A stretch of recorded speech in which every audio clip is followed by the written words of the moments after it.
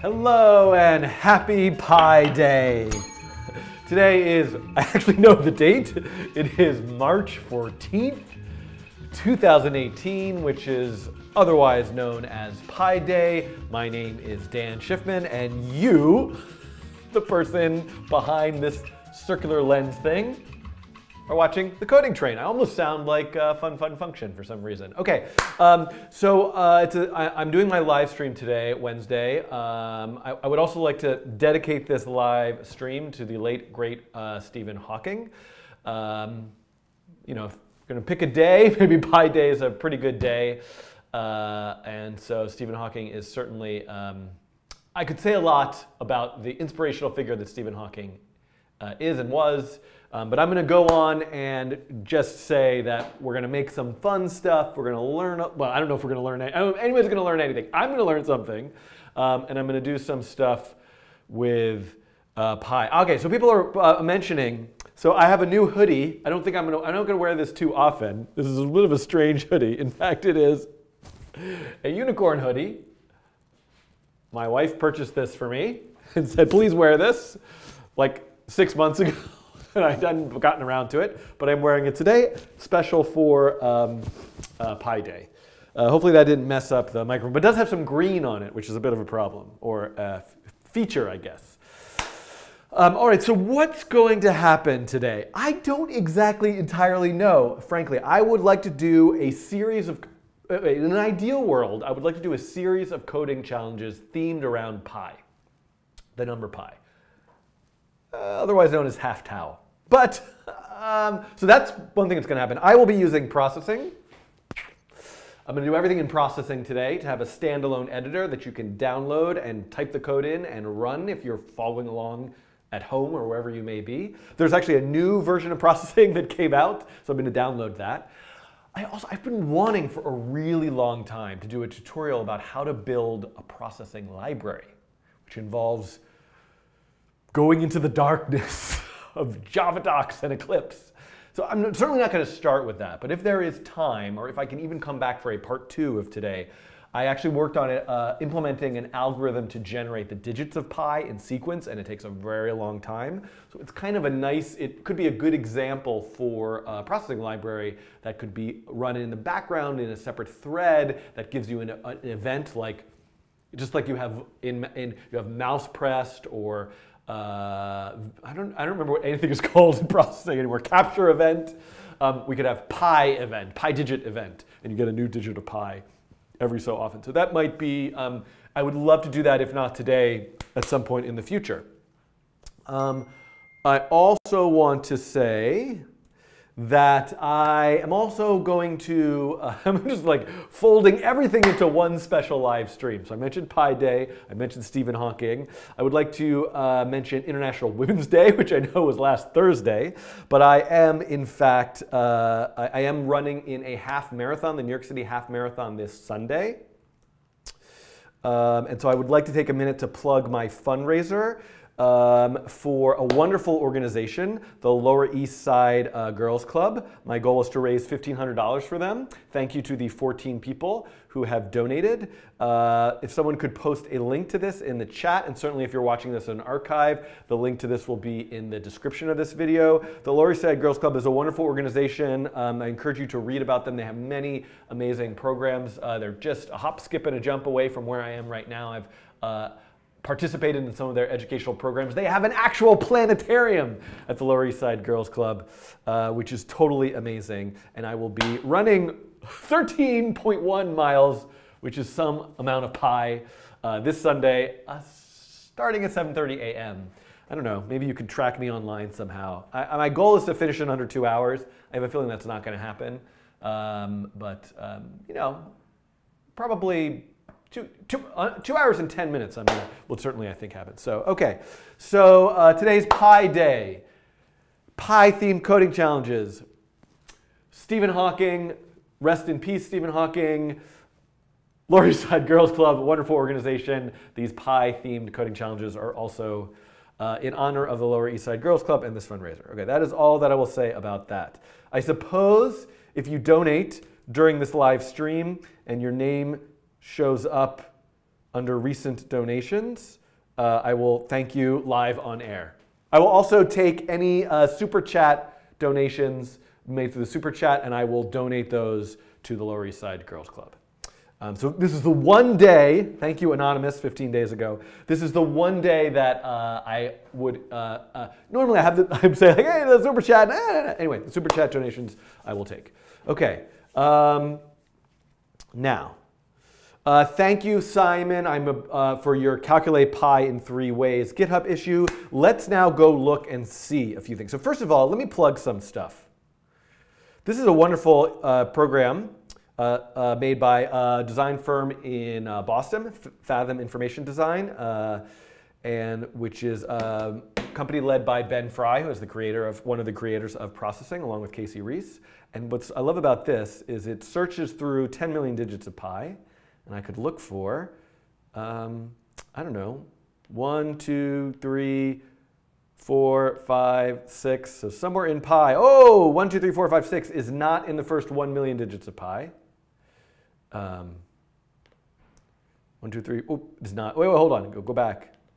But 1, 2, 3, 4, 5 is, and it is there at the 49,702nd digit of pi. So this would be an interesting kind of coding challenge to make something like this. And I have in advance, I bookmarked a link to a file that has 10 million digits of pi that is from, thank you, Sarab and Pogo Launcher. That's really nice of you for your donations that will go towards the Lower East Side Girls Club.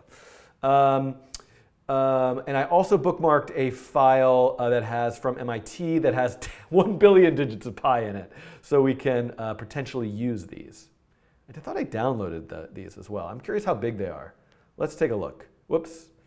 Oh, this is the, but what I want to start with, I think what I want to open up the GitHub issues in a second here, which have suggestions. So this is the 1 billion. Let's see. Let me download this. I thought I did this already, but let me download this to the desktop. Ooh, it is about a gigabyte, which is, you know, for getting 1 billion digits of pi in one file, that's pretty good. We can work with that. We can definitely work with that. So we could do something with 1 billion digits of pi. I don't know what. It'd be interesting to compute the average value of all the digits. All right. Oh yes, and in the chat, Chicken McNugget. Hello, Chicken McNugget. Suggests calculating pi using the Chudnovsky formula. And I was thinking about doing this, and actually one of my favorite YouTube channels, Stand Up Maths, I have to show this to you. Stand Up Maths is a YouTube channel from Matt Parker, and I'm going to go, Matt Parker has a video that came out today calculating pi with the Chudnovsky method, which you can see is this formula. So what's interesting, what's amazing about his video that came out today is he's doing this all by hand. Every year, I think this is possibly the 3rd time, he does a video about calculating pi by hand. And so what I love about this video spoke to me so much. Because if I go along, and you should watch this whole thing on your own, but I'm going to skip to a certain part. Watch this morning over breakfast. Okay, so right here, I'm going to just narrate what's happening. No, a little further. Okay, here. So right here, so this is an edited version of him doing this crazy, like long division thing. And it probably spent hours and hours doing it.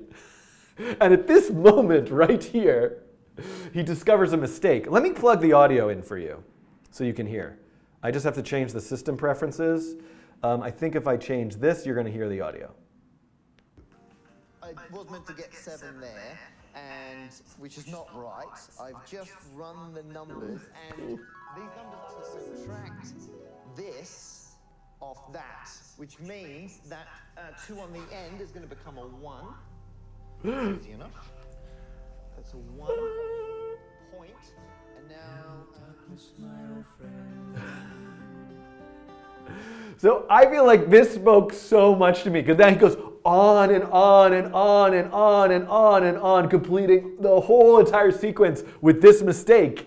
And this, I feel like, is what happens to me in every single programming coding challenge that I have ever done, as you all have witnessed. So I encourage you to check out this video. It's wonderful. I, on the other hand, if I'm going to try to implement this algorithm, I would just use the computer to do it, which is interesting. And actually, there's a really amazing history of calculating pi. It's a Wikipedia page, I think, chronology of computation of pi. This is amazing to go through, to think about, how the ancient Egyptians and the ancient Babylonians, this is pretty good. 3 + 1/8, I don't know. Pi day complete. Thank you, everybody. We have approximated pi here on the coding train. I will see you next week. And you can see now, where are we? We are at, this is the most recent world record. It took 105 days to calculate million, billion, 22 trillion or so digits. There's a program actually that you can find called Y Cruncher. There's a Windows and Linux version of this program that you can run to calculate all the digits of pi. And I have a processing sketch that I will demonstrate to you. I ran it overnight. I made it last night. I ran it overnight, and it calculated about 8,000 digits of pi. But it was on this like very small computer here. So this is super interesting. But I'm going to do two things today. The first thing is I'm going to use a method to approximate pi that's kind of an interesting one.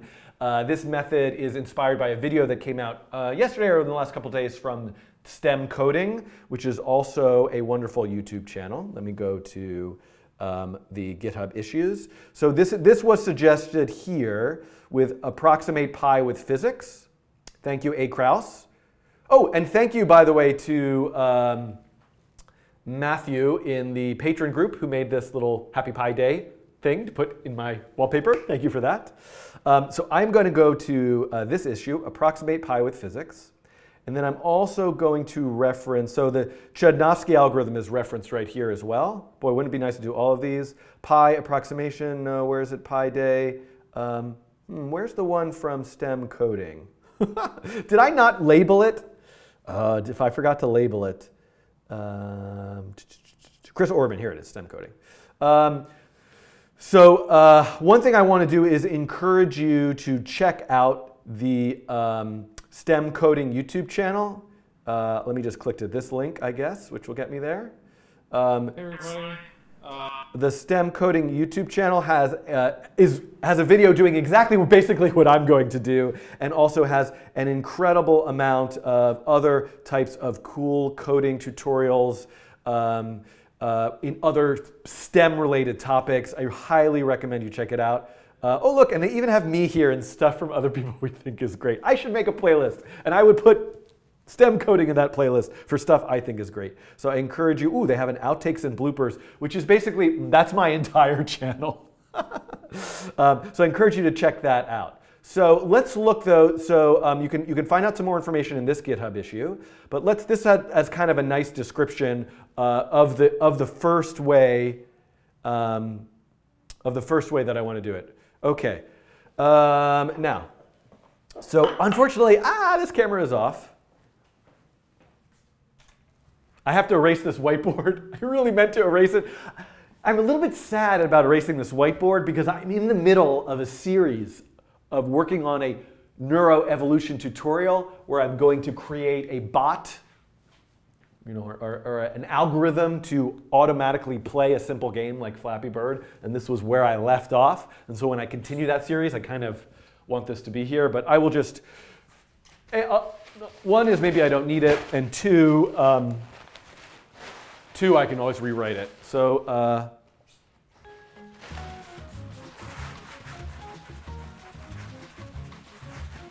3.1415926. I think that's as far as I know off the top of my head. Oh, we're definitely going to do a dramatic reading of all the digits of pi today. No need for the random number book when I could just, I forgot to, actually that's one thing I would love to make, and I could do it in processing by generating a PDF, is create the book of pi. And so actually maybe we could take that 1 billion digit file, or is it 10 billion? I can't even remember. and generate a giant poster with every digit, or maybe a book that has multiple pages. So one thing you can do in processing pretty easily is render out a PDF.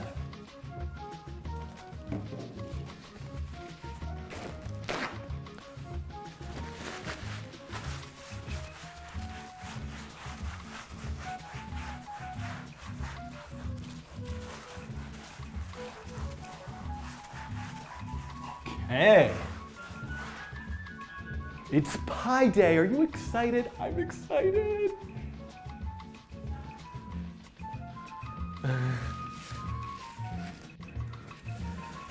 All right.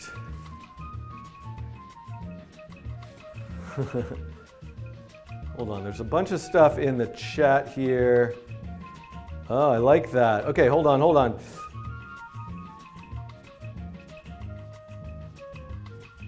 I don't know what's going on. Okay.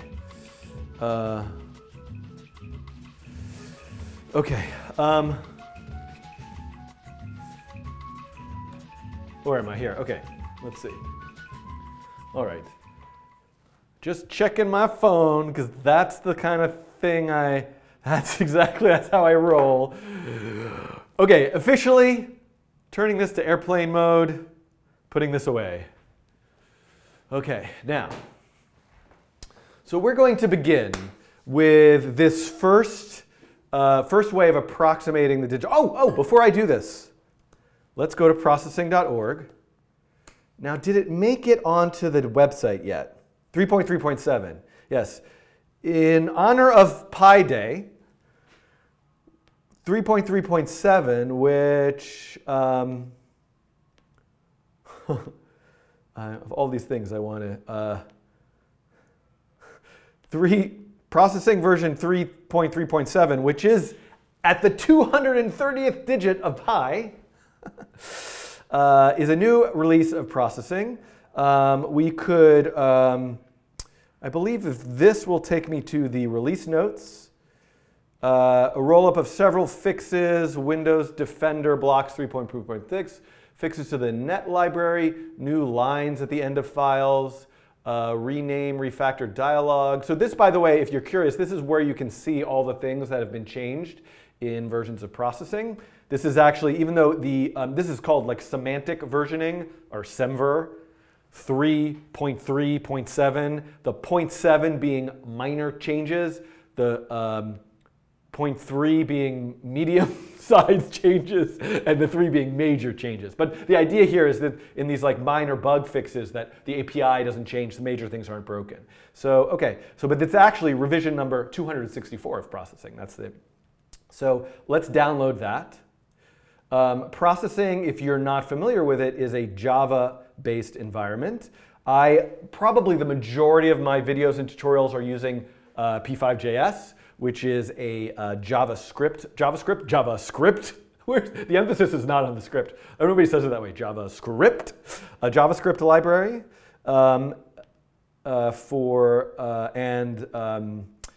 I like to use that because it's easy to share stuff on the web, but sometimes I just have a moment where I would like to use processing, and today is one of those moments. I also feel like with some of the things I want to do, if I do a music challenge though, I might want to use JavaScript just because I have a bunch of P5.js sound examples already that would fit into that. Okay, so let's open up processing. Let's minimize, no, I can leave the browser. I think I'm going to need some browser windows. Let's put the code like this. By the way, there's a different day. I shouldn't be doing this today because there's a Pi approximation day. I forgot what day is Pi approximation day. Major, minor, patch. Yes, thank you. So SEMVer is technically, is your flashlight on your phone? It is. It totally is. Thank you. That's going to drain the battery like crazy. I must have pressed that by accident.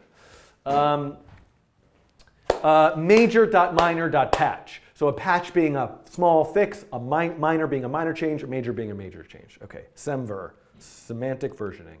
Okay, how's this font size for you? Pi Day 1.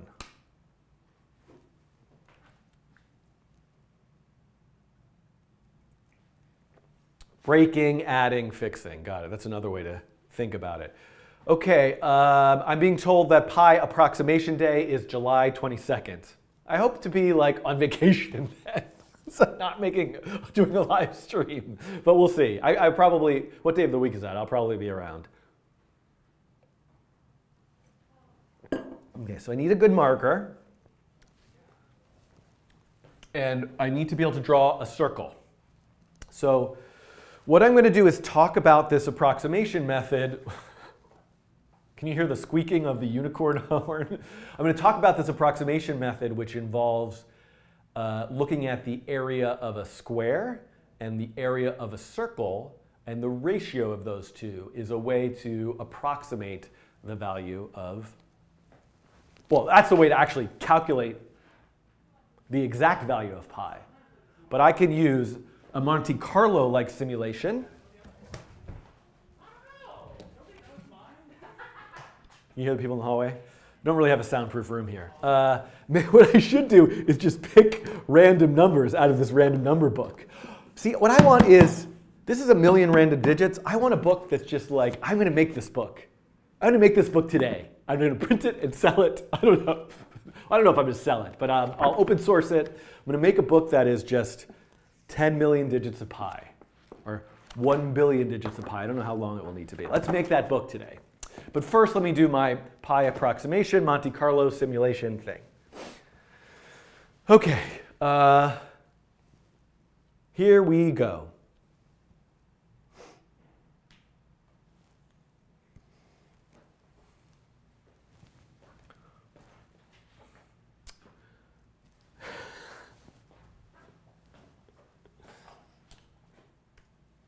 Oops. All right, let me open up. Let me go to the, hold on, let me get the, oh, that's the 10 million. I really just want the 1 million digits. Hold on, pi day. Let's go to the piday.org.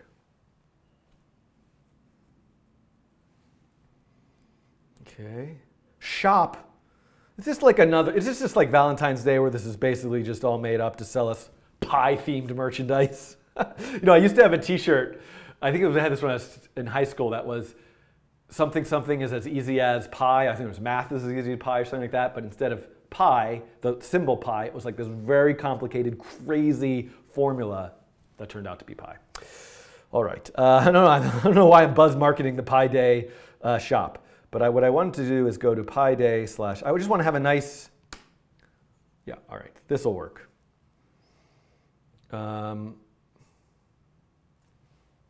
Actually, hold on. I got a better idea. If you will bear with me for a second, /Schiffman / pi day. All right, let me very quickly clone this repo. This will be a nice,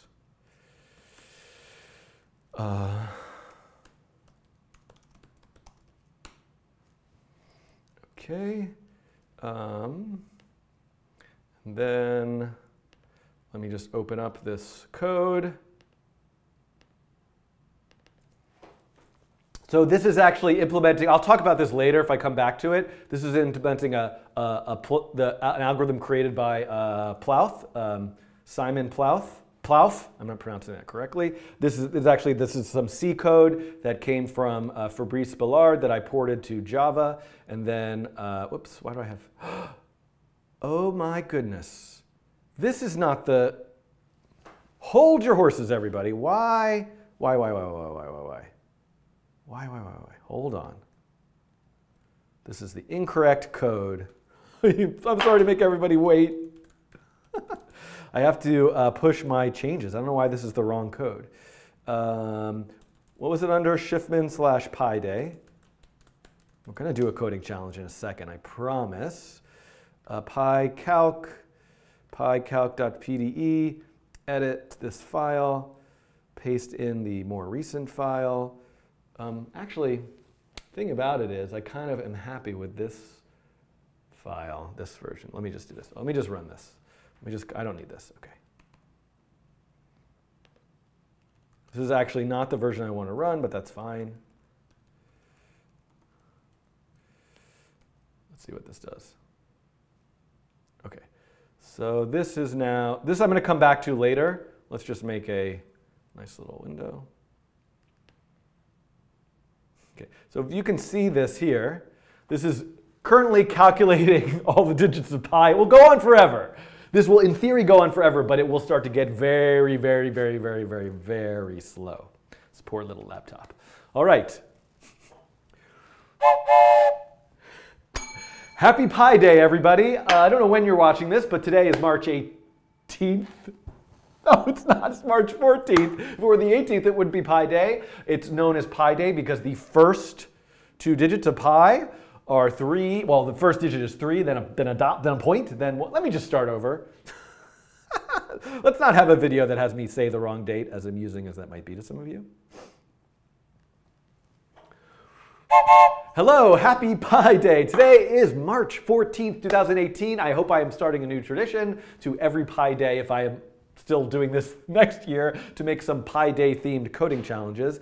This is actually a processing program, which I will come back and demonstrate in a different video, that is calculating all the digits of pi one at a time. And over time, it's getting slower and slower and slower. Anybody wants to double check that is the correct digits, you can pause this right now, go to piday.org/million, and you'll be able to compare the numbers. Hopefully piday.org is the correct numbers. But anyway, March 14th, 3.14. But what I'm going to do in this particular video, I don't know why I stopped it. What I'm going to do in this particular video is show you a method for approximating the value of pi. Even though I probably should be doing this on July 22nd, which is Pi Approximation Day. Waka waka. That's not a joke, that's for real. But I'm going to do it today anyway. So let me show you where this came from. Thank you to akraus53 on GitHub, who suggested this particular idea. Also to the STEM Coding YouTube channel, which I will link to in this video's description, which has a video doing exactly the same methodology in JavaScript. But let me just get right down to it. So I'm going to come back here and I'm going to create this coding challenge in processing, but let's talk about how it works. Oh, hello, okay. So what is pi? Well, this is, first of all, otherwise known as half tau for all of you who are already writing lots of things in the comments about how you prefer tau over pi. And if you're not familiar, tau is really 2 pi, or tau is tau and pi is half pi. Anyway, we have this idea of a circle. I'm going to attempt to draw a circle. A beautiful, beautiful circle. Now, you might have learned at one point in your life, if you've taken a geometry class, that there is a way, a formula, to calculate the circumference of a circle. And this is a pretty poorly drawn circle, but I did my best, okay? So what is the length of this line all the way around the circle? You know, and one way that I could do that is I could get something, you know, I could get some tape measure or string or something, wrap it here, then unwrap it, and then measure it precisely. And what I would get, if this is r, the radius of a circle, is I would get the number 2 pi r. So I can essentially calculate pi as equal to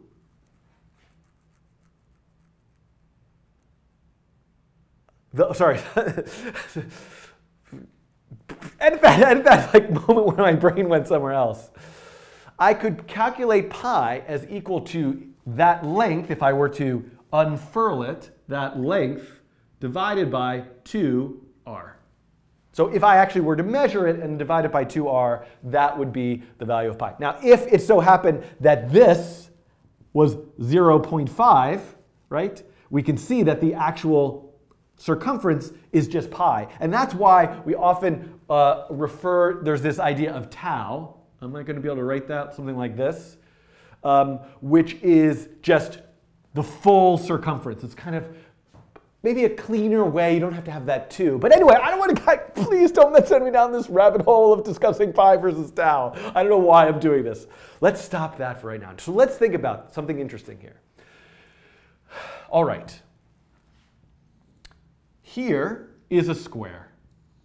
Let's say this square has this same value r, which is, right, you can think of this square as the bounding box for this circle. Okay? So the question is, so this square is the bounding box for this circle. What is the area of this square? Well, we could say the area is this side, the sort of height times the width. And in this square, the height and the width are both 2 times r. So I could say 2 times r times 2 times r, which would be 4r squared. Okay? So that is the area of this square. What is the area of this circle? Well, this is also a formula that we can pull from a geometry class. It's interesting that it has a relationship to this formula, which I would love to get into, but it is pi r squared.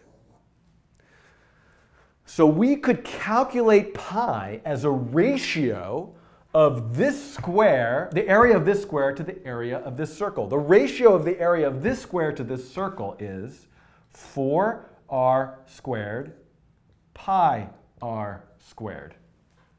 In other words, the r squareds cancel each other out, and the ratio of the area of a square, that's the bounding box for a circle, to the area of that circle itself is 4 over pi. So if I say that ratio is 4 over pi, then I can also say pi equals 4 divided by that ratio. And if it's the ratio, I'm saying of the, I guess I should have just done it the other way.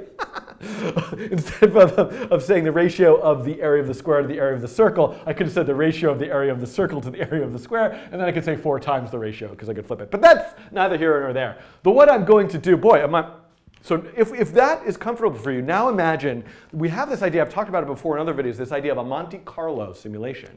And what do I need for a Monte Carlo simulation? I need a book of random numbers. Imagine if I had, I don't know, little, I guess darts is the general thing. If I could just throw little darts or little sticky things or something randomly at the wall, what is the probability that one will land within the circle versus what is the probability that one will land within the square? That is in fact going to, imagine if we did that infinitely, right? The total number that would land within the square versus the total number that would land within the circle is, in fact, the ratio of the area of the square to the area of the circle. So in that sense, we can't do this infinitely. We can't fill every infinitesimal point. We could, of course, with something known as calculus or some other type of math, and then actually calculate the real value of pi. And there's other ways to do that, but I could get an approximation. Like if I just did 10 numbers, just think about this for a second. What if what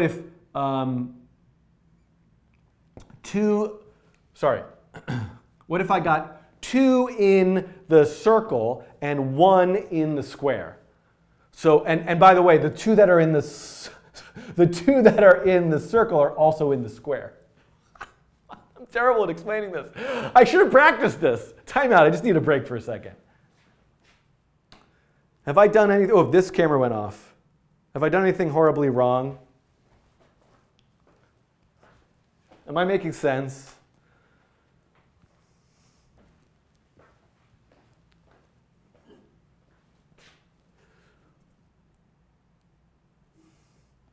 Call length C. ETA is the real circle constant.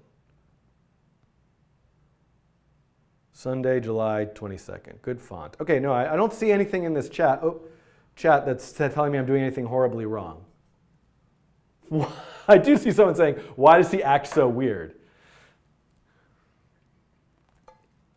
I wish I had an answer for that question. I almost want to just start over again because I feel like that explanation took so long because I didn't really have a plan for this. Did I get the right symbols for tau? Are you guys going, how upset are you going to be if I just start that whole explanation over? Because I kind of want to redo it with the ratio of the area of the circle to the area of the square. I guess 4 it would be, I guess it doesn't really matter.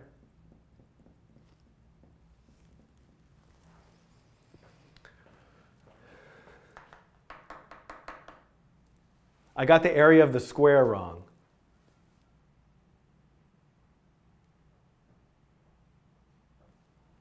Circumference. Whole length C, circumference. That makes sense. Tau is correct. Okay. Yeah, but I didn't really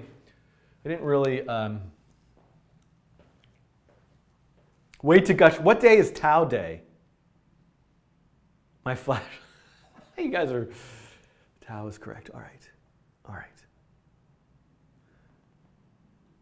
All right, everybody. Square equals 4r squared, which is what I got. The area is correct. All right. So, all right. I think I'm gonna just for insanity's sake, if you don't mind, I know this is kind of torture for you.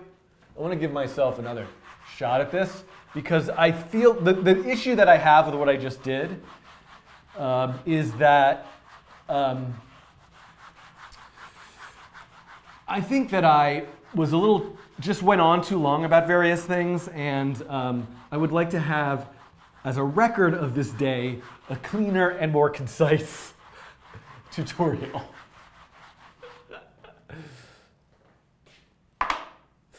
All right. Generalize it to an oval and make it full screen. Great suggestion, everybody. Oh no, but now I have to do this, and I'm like lost my marbles here. All right, that's fine. Sorry, everybody, but I promise. I don't know what I promise. You know, go take a break, go outside, have a cup of tea, breathe, do some meditation. Up in about 10 minutes, I'll be back to where I was, or 5 minutes, because it should be much shorter.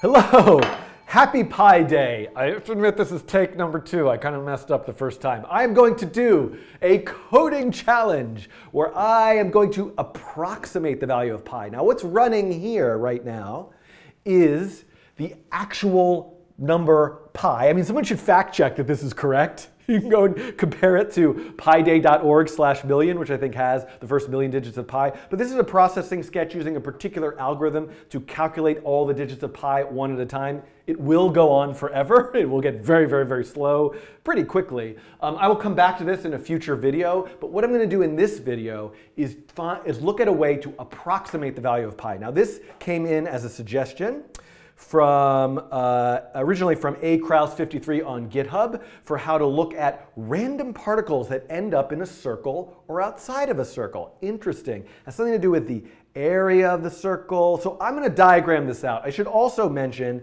thank you to the STEM Coding YouTube channel and a STEM Coding project, which has a ton of videos in various topics using programming and coding to teach different types of STEM-related topics. It's wonderful. They have a video. You can find a link to it in this video's description, basically doing exactly the same thing that I'm about to try to do. Probably better, but you know, I'm going to do my best. I'm going to give it my all. And I'm going to do this in processing, which is a Java-based programming environment. If you're not familiar with it, I'm sure I'll link to some video where I talk about what processing is. Okay, well, I'm going to let this run, and I'm going to come over here to talk about a method that I'm going to use to approximate the digits of pi. Now, there is something in our world known as a circle. It is a beautiful round shape. It is a shape that I'm not going to be able to draw, but I'm going to attempt to. I'm going to move over here, just give myself more room. Here is a circle. Now, if you were to look up formula for circumference of a circle, or you would find that it's equal to something called 2 pi r. This is the formula for the circumference of a circle. Now, what are these things? Well, 2 is the number 2. R refers to the radius, center to the edge. R, this is the same length anywhere from the center of the circle to any edge point. And pi, well, this is this sort of magic number. 3.1415926. That's all I can remember. I might not have even gotten the 2 and the 6 right. Good, we're going to approximate it. We're going to see if we can get better than my memory tells me.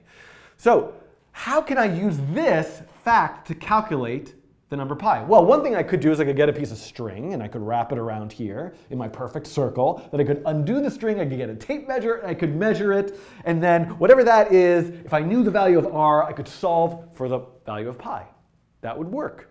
I should mention, by the way, just because I know someone's going to say something in the comments, and it's not tau day. Today is not tau day. I'll come back and do this with tau. But tau is a number, the Greek letter tau, or T-A-U, pi being spelled with English letters or Roman letters, P-I,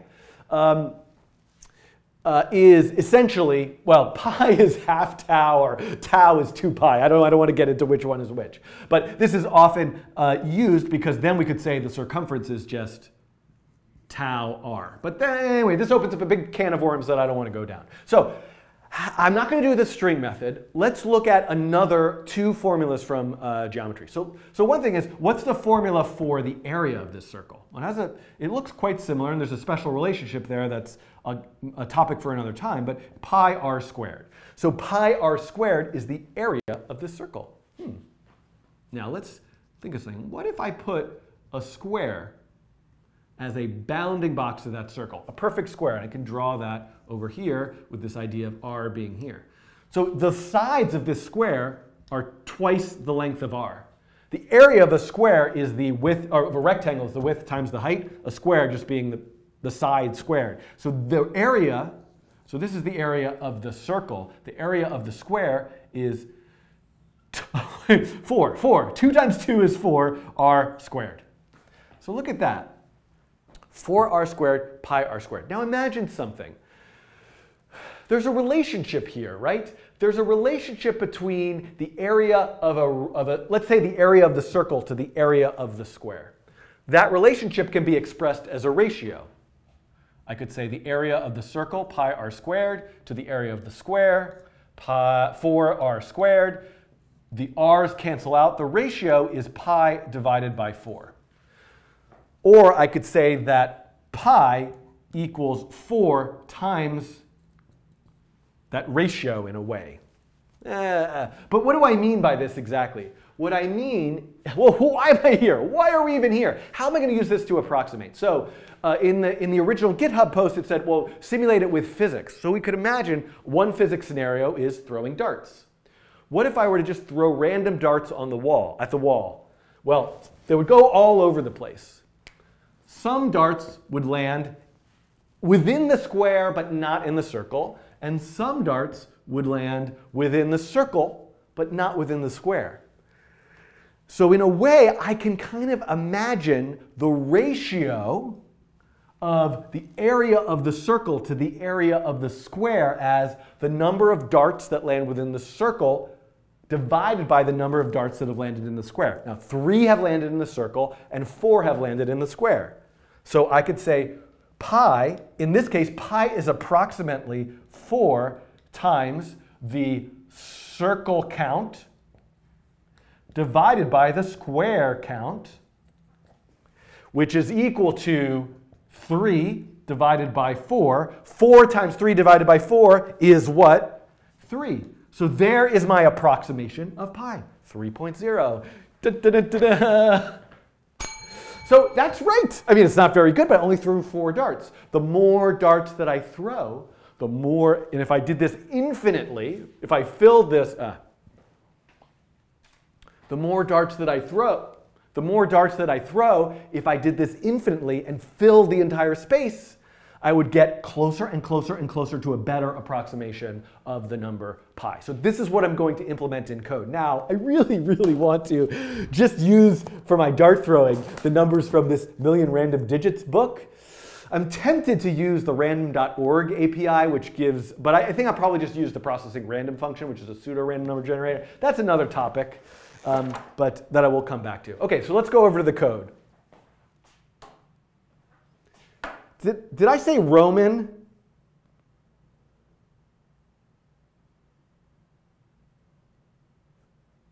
Oh, did I fix the equation?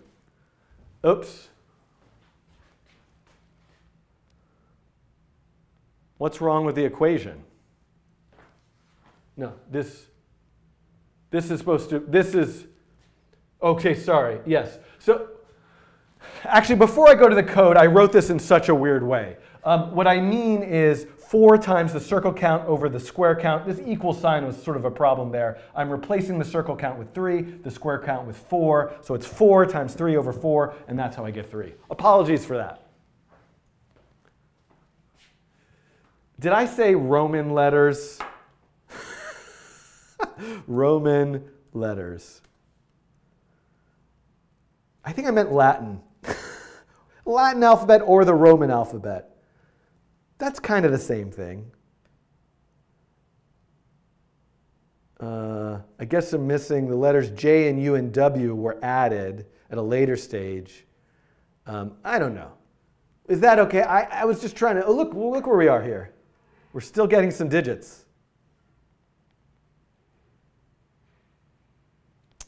All right, we'll have to leave in the B saying.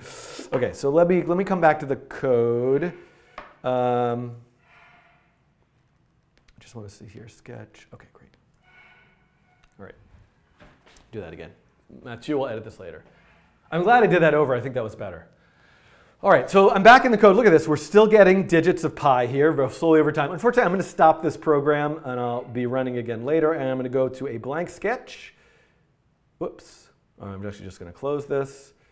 And I'm going to go to a blank sketch. OK, so what are the first things that I need to do? Let's create a window that's 400 by 400.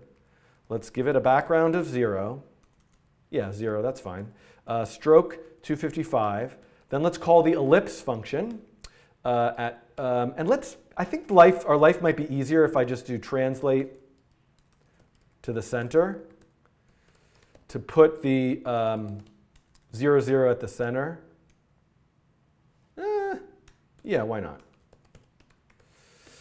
And so the ellipse is going to be at 0, 0 with a radius of 200. The ellipse function expects a diameter. So the radius is 200, the diameter is 400. And then I'm going to say no fill. And I'm going to say rectangle, also 0, 0, 400, 400. And let's say stroke weight 4. Whoa. Oh, rect mode, and I want to say rect mode center. OK. And let's make the size actually a little bit bigger so I can sort of see the outline. Now here's the thing. I kind of have a crazy idea. So here's the thing. For me to calculate whether it's inside the circle or not, I have to use pi. And I kind of, for some weird reason, I want this code to not use pi at all. I mean, there's a distance function in processing that I could use, which ultimately, which behind the scenes uses, actually, no, it doesn't use, I don't have to use pi. No, I don't have to use pi. Oh, yes, I do. The distance, no, the distance function uses the Pythagorean theorem. Scratch that. So I'm going to be fine. OK, never mind. So what I'm going to do is I want to fill this window. Maybe we could edit. That could possibly be edited out, Mathieu, that little random. People don't want me to edit these videos too much, so whatever. Anyway, OK. What I want to do now is I want to start throwing the darts. So I'm going to use the processing's random number function, which is random. And I'm going to say, right here, I'm going to do this at the end. Let's do this at the end of draw. Draw is a loop that happens over and over again if you haven't used processing before. And this is the Java programming language with an extra set of functionality for drawing. X equals random. I'm going to say, and let's make a variable, a global variable called r, which is equal to 200. So I'm going to say r times 2, r times 2, r times 2, r times 2. I'm going to make a random number between -r and r, and a y, which is a random number between -r and r. Then I'm going to draw a point at that xy. So let's do our dart throwing. OK, look at that. So one thing is I'm getting some like starry flickery thing. So I really want to just draw this in setup as kind of the initial background. And then I don't want to redraw the background again. But I think I probably will need the translate in both places. There we go. So now you can see I am filling the space with dots. So now what I need to figure out is I need to count the dots that are, well, I know the total dot. And actually, all of the dots, I don't have to test if dots are within the square because I've set this up in such a way that it basically can only create dots that are within the square. So what I need to do is determine how many dots are within the circle. So let me do this. I'm going to say so first I need to get the distance. What is the distance between 0, 0 and x, y? So this is how far from the center is that point. To be honest, I weirdly, in every case of life, I would use the distance function. But for some reason, right now, I feel like it's worth noting that pi is not being used here. That the distance function is actually using the Pythagorean theorem. Because if I know the x offset from the center and the y offset from the center, then this hypotenuse of this right triangle, x squared plus y squared equals h squared, or h, that's the Pythagorean theorem. H is the square root of x squared plus y squared. So I kind of want, just for some weird arbitrary sense of purity, to say square root of x times x plus y times y. And if that distance is less than or equals, or just less than, let's say less than, this is just an approximation. Anyway, less than r, I'm going to say stroke, let's make it a greenish color. Okay, here we go. Otherwise, stroke 255. Here we go. Oops, and I need another curly bracket. Here we go.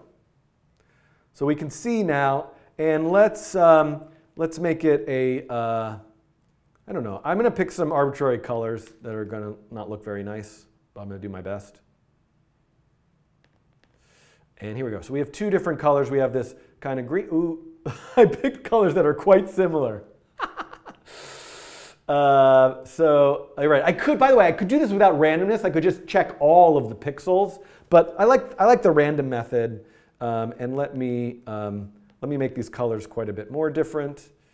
There we go. So we can see I've got some blue ones. And you can see if they're on the line, depending on where they are, because I have a stroke width of 2, they're either blue or green. So that could use some finesse.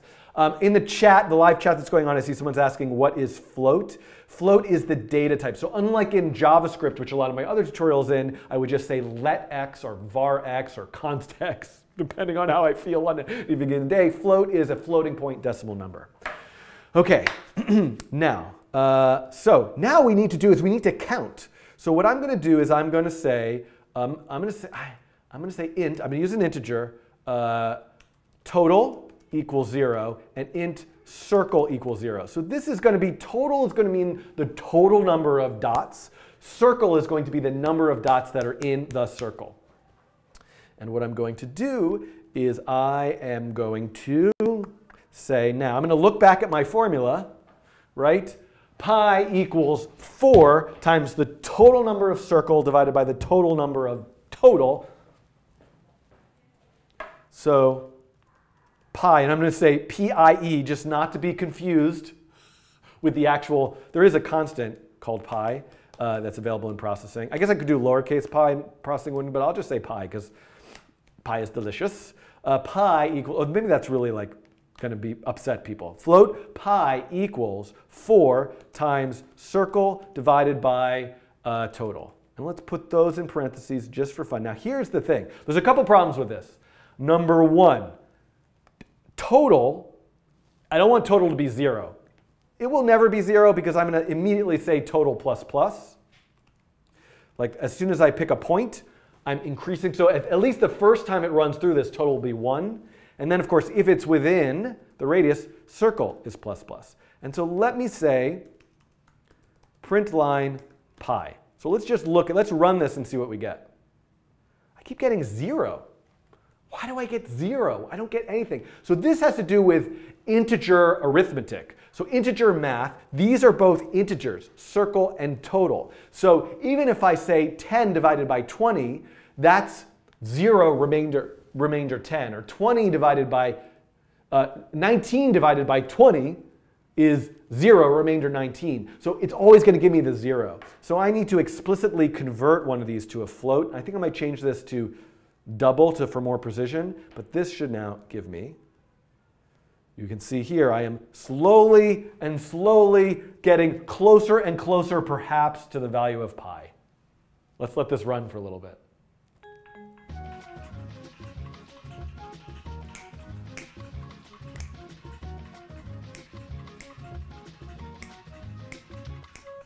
So I'm pretty, oh, I lost the chat. Yeah. Roman alphabet. Okay, good. So the question is, am I getting, though this will be edited out, am I getting numbers that are a little bit too high through randomness, or is my,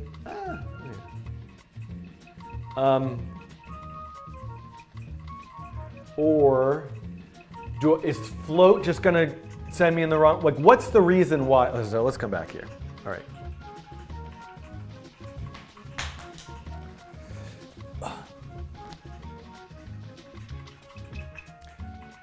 Okay, I'm back. I've let this run for just a couple minutes. You can see that I'm not really, I'm kind of getting something that looks kind of like pi. I'm a little bit higher than pi. So I have to ask myself the question, what's going wrong here? Well, my one guess that I have is that I haven't been so exactly thoughtful about my distance check. That maybe that like sort of border of what's on the line versus not on the line is something that I need to think about more deeply. The resolution is kind of an issue there. The other issue might be just the way that floating point math works in the Java programming language. I might need a different data different data type that allows me for more precision. So hold on, I'll be right back. I'm going to make some adjustments in the code.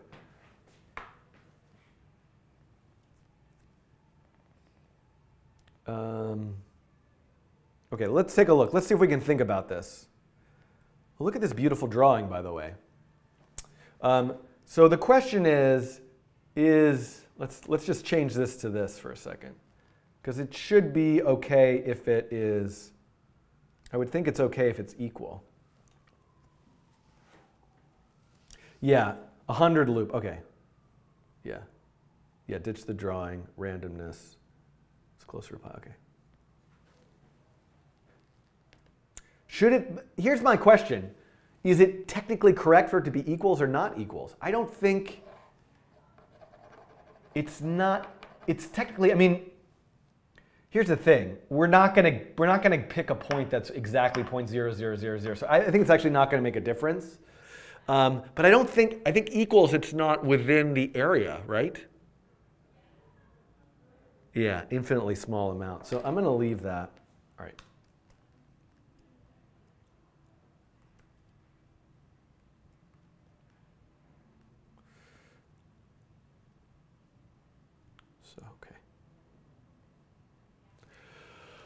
Well, one issue is, look at this nice drawing, first of all. One issue is certainly that I'm spending all this time drawing just to get like one point at a time, 30 frames or 60 frames per second. So one thing I can absolutely do is, there's no reason why I couldn't just put a little for loop in here and say, hey, let's do 100 points per frame.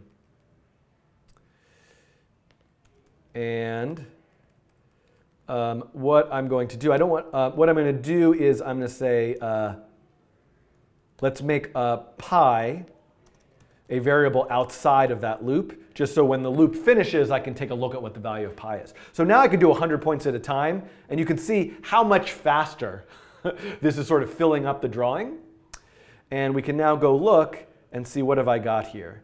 Yeah, so I think we just have a lot of randomness here, and now I'm getting 3.14, it's, you know, we're converging as best we can. So I think we've done a pretty good job at approximating pi. I think maybe I can actually be done.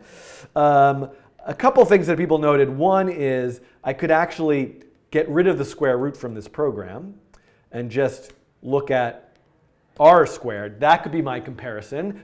Square root is a very slow, expensive calculation. I could fix some white space here. Another thing that I could do is, let's just try this with like 10,000 and see what we get. Pretty good, pretty pi. All right, thank you everybody. This is me. Oh, wait, whoa, whoa, whoa. No. Let's go a little step further. Let's use doubles. So what is a double? A double, so as you know, any numbers that we have in a program, yeah, and the, oh, stroke weight, yes, okay. I'm getting good points here, all right. Hold on. Let's see if using double actually does anything. So what is a double? So processing natively actually doesn't really support the double data type. Any number that you have in a variable is stored in memory. And so floating point numbers, there's an infinite amount of decimal numbers between any two integers, but we don't have an infinite amount of memory on our computer. So we allocate a certain number of bits. So floating points allocate a certain number of bits, doubles allocate more. So if we really need to do precise mathematics, and then there's other Java classes and implementations for really big numbers. But let's at least change this to double. Let's change this to double. And I'm gonna have to use casting because double is not, and I'm gonna change this, I'm just gonna change this to double as well. I'm gonna overdo it. I don't think I need to change all of these. But now I should see that this, and by the way, I don't need to calculate it. I don't know why I did that. I can just calculate it once there, and I wrote float, and let's make this double. Okay, so now let's take a look at this. And one thing we can see is already there are more digits appearing in the print line statement. And maybe, I think there's just so much randomness that's part of this that ultimately, I'm not so sure that we're going to get anything that's really that accurate out of this method. But it is nice to see we've consistently got 1.41 now. Which is right. If only we could get a 5 here. 1.415. Let's see if we get a 5 here. Come on, get a 5. Yeah, oh, I saw a 5. 5 consistently. So maybe over time as we do this over and over again. Now one thing might be, maybe we could we make this drawing any prettier? I mean, one thing that I might choose to do is make a stroke weight that's actually more like, it's actually at like, that's more like 0.1. So a very light stroke. Maybe you can't see that at all. So it makes a stroke weight of 1, but maybe give some alpha. So some transparency. There we go. This, I don't know, that's kind of interesting. Looks kind of like I'm looking under a microscope. I'm going to let this run for a while, and I'll just be back in a couple minutes to check where it got to.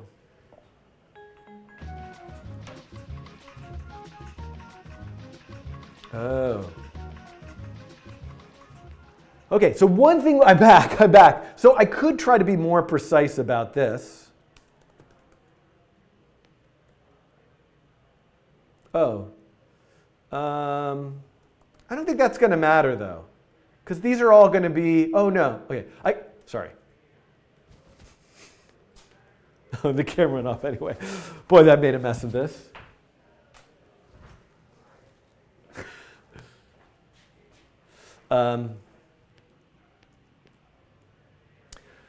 Actually, I'm back because I got a good comment from the chat, which is that I could choose to try to make this test a bit more precise. So I could make this a double.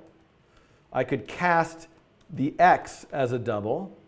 And again, I'm going to just overdo it and cast everything. So let's take a look at this. Let's cast all of those as doubles. And let's run this one more time. We can see it filling up here. And it seems to be running at a perfectly reasonable frame rate. So I'm actually going to try to do this 10,000 times per frame. Well, now it's a little bit slow. So I want my animation to be fast. Oh, that was 100,000. Let's just go with 10,000. Okay. So let's take a look. Okay, I'll be back in a minute. Let's see how many digits we can kind of get and see how close we're doing.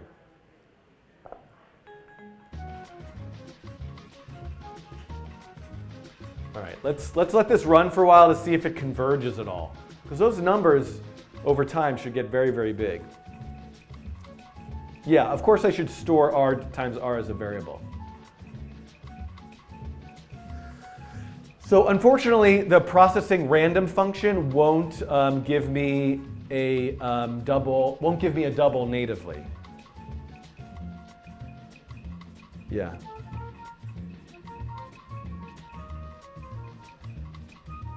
Could also save the best one. Yeah. Yes, okay, that's a great suggestion. All right, I got an idea. All right. Hey, I'm back again. So you can see this kind of algorithm, it's not going to converge very quickly. There's a lot of noise in it from the randomness. But one thing I could do to add to this program is try to keep track of which one is the best. So there is in Java natively. Let me take out this print line for a second. And what I'm going to do, so I'm going to say print line. So processing natively has the constant pi. But Java also has the constant pi that is in the math package. So let me look at both of those. And you can see that that one is a double. So this is actually what's stored. It's not that many digits in math.pi in Java. So what I'm going to do is I am going to create a variable called record pi. And I am going to set record pi equal to 0, just as its initial value. I don't need to set it down there, so I can just set it up here. Then what I'm going to do is I'm going to look at double the difference between math.pi minus record pi, and let's take the absolute value of that. And I also need to I guess I have to do math.absolute because I have doubles. So I'm going to take the difference between math.pi and the record pi. Then, so this is actually really the record difference. Then I'm going to look at the difference between the pi I just calculated, math.pi, minus the pi I just calculated. So if the difference is less than the record difference, if we've gotten one that's closer, then the difference is now, the record difference is now the difference, and the record pi, why did I use an underscore? Did I use an underscore? That's sort of unnecessary. Record pi equals 0, and then record pi, then record pi is that new pi. And what I could do is whenever I have a new record, I could print out record pi. So let's take a look and see what I get in the console there. And in a way, I kind of want to do that every time because I feel like I should give it a chance. This is not a big calculation to do. I might as well do this every single time, even though I'm only drawing every so often. So let's put all this inside of this loop, and let's run it. And we can see this is now currently the record. 1.415926. Hey, I don't know. Like, how many digits have I gotten correct?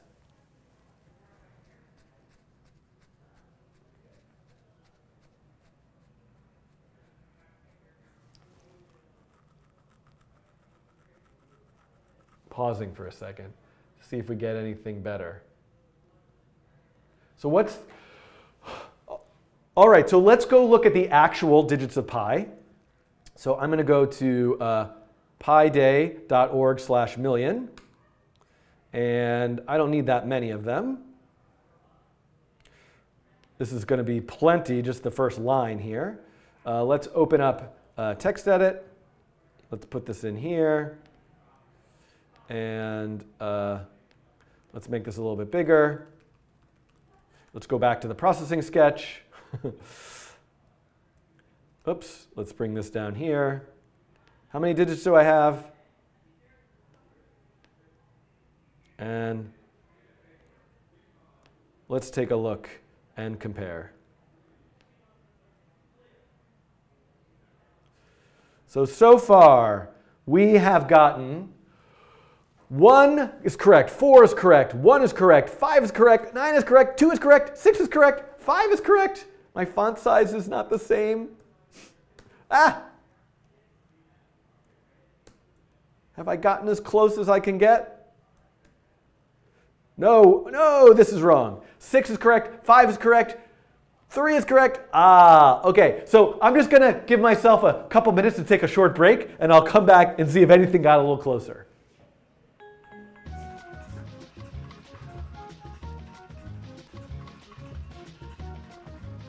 Why not just print the difference?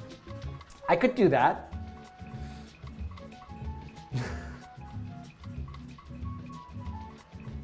I should plot it converging. Definitely should plot it. Has a new number popped up? I don't think it has.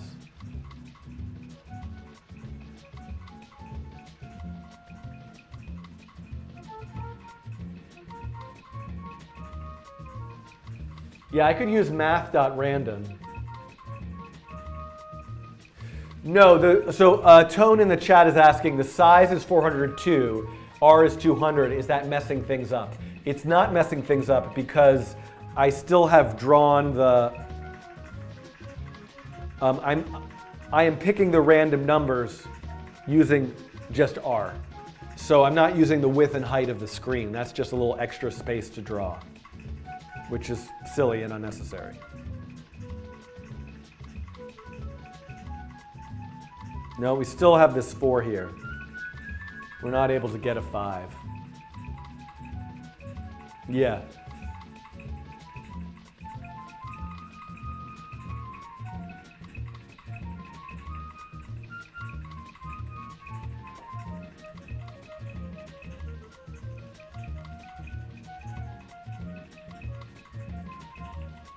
All right, so I'm going to wrap this up. All right, thanks for watching this coding challenge.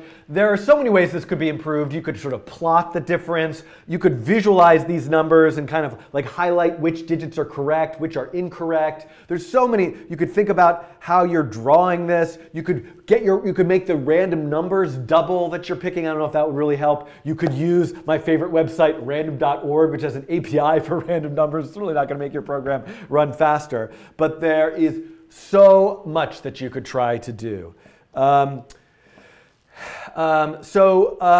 If you make something with this coding challenge, please share it with me in the comments below. You can also go to the codingtrain.com website. There's a place where you can link to your shared version. I will also release a JavaScript version of this that you can run in the browser, and maybe actually that's might be an easier way to also display the results. So thanks for watching. I hope you enjoyed this Pi Day coding challenge.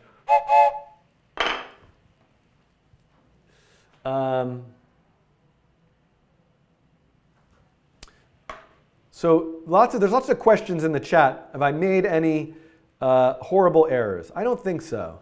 If difference is greater than the record difference, so only thing that I'm keeping globally is the record pi, and yeah, is the record pi. So I calculate the record difference. Yeah, okay.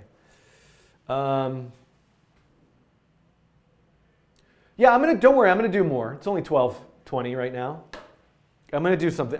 This can't be it for today. So somehow I spent 1 hour and 20 minutes doing this, and my intention was for this to be like a 20-minute video. Hopefully it will get edited down. So I need to remember, yeah, pi from processing is a float, but I didn't use pi from processing. I'm using math.pi. Yeah. Oh, new number printed.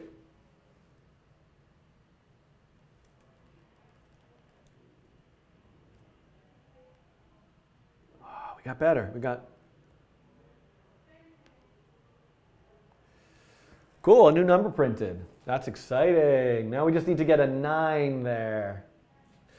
I mean, actually, it's not that we need to get a 9 here. It's not necessarily going to make it closer. Like if this were like an 8 or a 9, that would be getting it closer, right? It's just that like I want the number to match. But you have to remember, these are you're not more correct based on which digits are equal. You're more correct based on the actual difference between the two. Yeah, so there are all these interesting sequences and things. Let me save this. Okay, so a couple things. One I'm going to do is, so in order to try to release the edited version of this today, I'm going to hit stop recording. So I'm no longer recording to disk. And I'm going to go open up my Google Drive here. And I'm going to upload that video file that I just recorded, because I think Mathieu is going to try to edit this. So even in like very soon, I might release the edited version of, I mean, very soon being at some point today, so that it comes out on Pi Day. Let me go to Preferences. Sorry, so I have to do this for a second. Here, you can listen to the this dot song. I always forget the this dot, this dot, this dot, this dot. I'm going to do this dot. So just give me a moment here. This dot, this dot, this dot. I'm going to do this dot, this dot. I'm going to do this dot, this dot, this dot, this dot. March 14th is today. And I am now uploading the recorded version of this.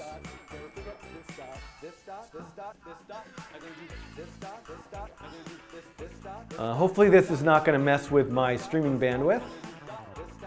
And then I'm also going to clear some space on this hard drive.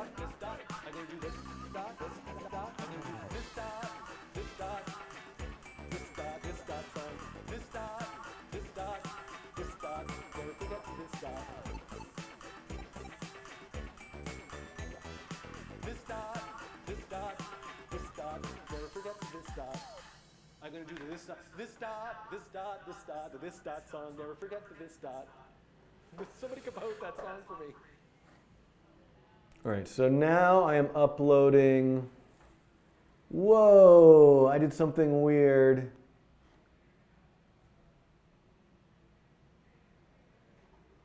Whoa, something weird is happening. I'm downloading all these files. Why am I downloading all these files? Sorry, everybody.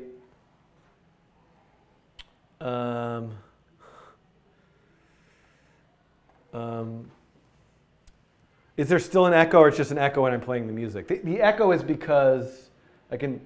As always, I always forget the this dot, this dot, this dot. Oh, hold on. I know why the echo is there. I forgot about this issue because I changed the sound before. This should help a little bit. As always, I always forget the this dot, this dot, this dot, this dot. I'm going to do this dot, this dot. Now there should be no echo. This dot, this dot. I'm going to do I can't hear the music though. Sorry, hold on. Something weird happened. I just want to check. Okay, no, I think I'm okay. So now I just need to clear some hard drive space. Whoops.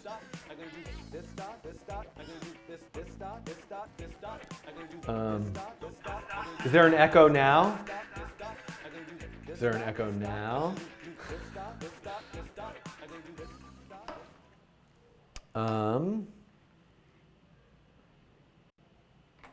Rasmus Tolan in the chat writes, the pi you calculated has a precision of 1.000000000000327, which is pretty good. I think so too. Have we gotten a new number?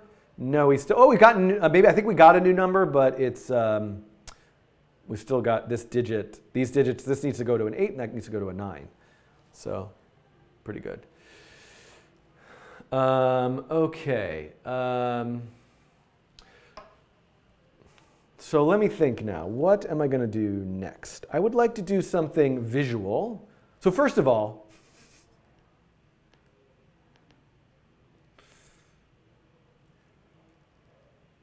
I should have printed this out.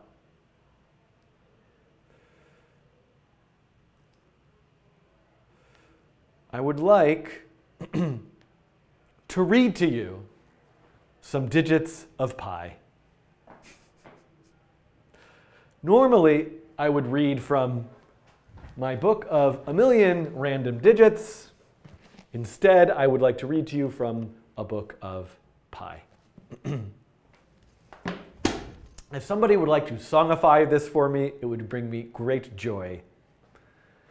3.1415926535897 9323846264 338327950288 41971693999 3751058209749. All right, and then you could use some kind of magic computer program thing, right? Because I could just say 0, 1, 2, 3, 4, 5, 6, 7, 8, 9. You could chop all those up, and then I could say all the digits of pi forever and ever. And I could have a couple different versions like 0, 1, 2, 3, 4, 5, 6, 7, 8, 9, 0, 1, 2, 3, 4, 5, 6, 7, 8, 9. All right. All right, I definitely cannot do it with a blindfold. All right, so those of you, oh, I forgot to hit record. And actually, I wasn't recording this to disk. That's fine, though. It will be in the YouTube pantheon forever and ever. Okay, now I'm recording to disk again. Now, what I would like to do is make some visualizations based on pi. And let me look at the 10 million digits.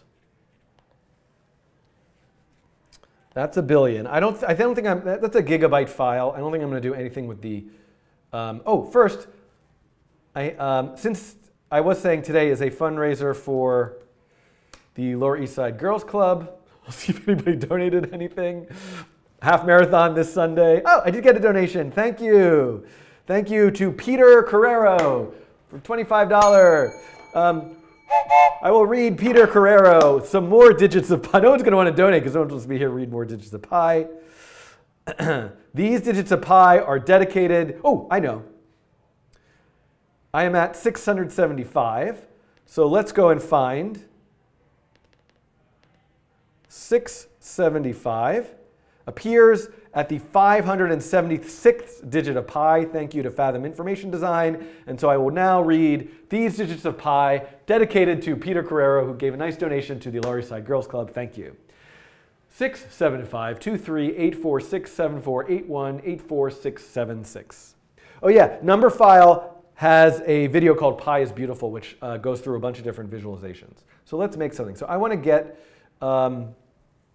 let's get the 10 million digits of pi. And let's save this to the desktop.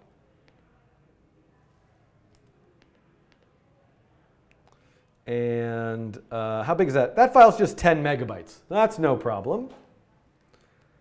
I'm going to hit save. I'm going to do save as pi day 2.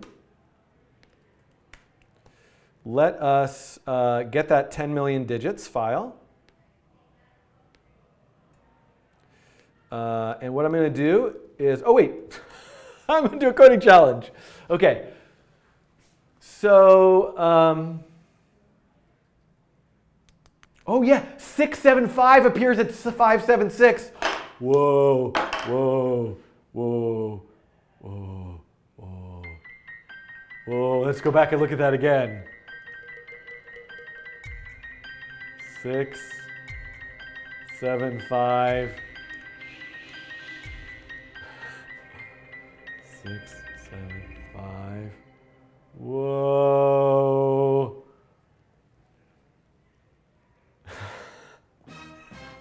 I don't know, these sound effects are particularly lame.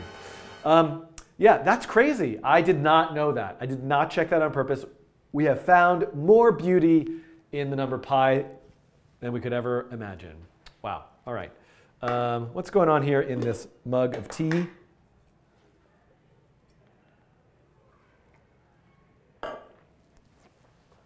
All right, so now we're going to do another Pi Day themed coding challenge. I will mention again, if you feel so inclined, this Pi Day is dedicated, I didn't intend for this to happen, obviously, but this live stream is dedicated to the great late Stephen Hawking, who died today on Pi Day. But what my intention was this also to be a fundraiser for a wonderful organization that I like to support, which is just a small number of blocks from here, the Lower East Side Girls Club. I'm running a half marathon on Sunday, raising money for them. If you feel so inclined, please donate. I'll match any donations that come in through the Super Chat. Give them to the Lower East Side Girls Club. Okay. Thank you. Now, all right, so I have this. All right. So let me at least type in setup and draw. The one that I kind of liked visually, which I think might be interesting to try. I mean, I don't really love the idea of copying somebody else's design. I certainly would want to credit them, and I wouldn't make it as beautiful as them. Let's see if any new issues have come in that aren't labeled. It doesn't look like it. Okay, so I can go to the Pi Day label. Oops. Not completed. Pi Day label. And what I'm looking for is this one I really liked. Is this the one that I liked? Oh, whoa! Okay. I don't want to do that. That one looks scary. City skyline. Search for words is a really interesting one. Let's visualize aspects that make up pi. Oh, I just looked at that one. What's wrong with me? Turtle graphics and this will not work, unfortunately. At least in the way that I'm thinking about it. I would like to come back to that to see if there's a way. Draw a circle with pi numbers. This is the one. Yeah.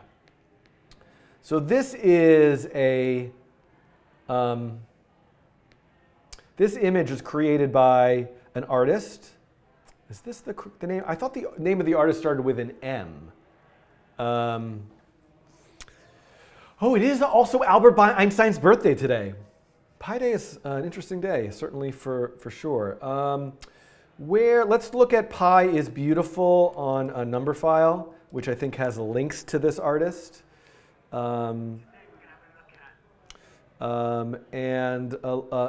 Yes, Christian Liels Vazils. So let's go to, there should be a link to, I thought there was a link to, I guess this will do. The Art of Pi. Yes, science art. Okay, and so the one that I'm thinking of is circular art. Yes, here we go.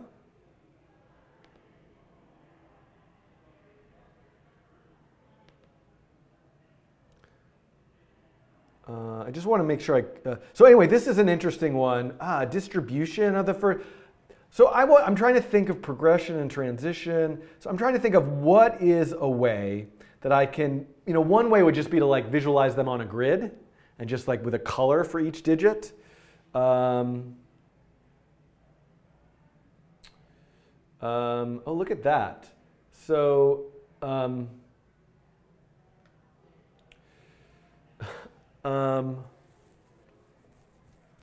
so that one that you sent, Alka, that's also from Christian Vasil. I don't know if I'm pronouncing the name correctly. Christian Vasil. How is that one done? Because it looks like there's a difference.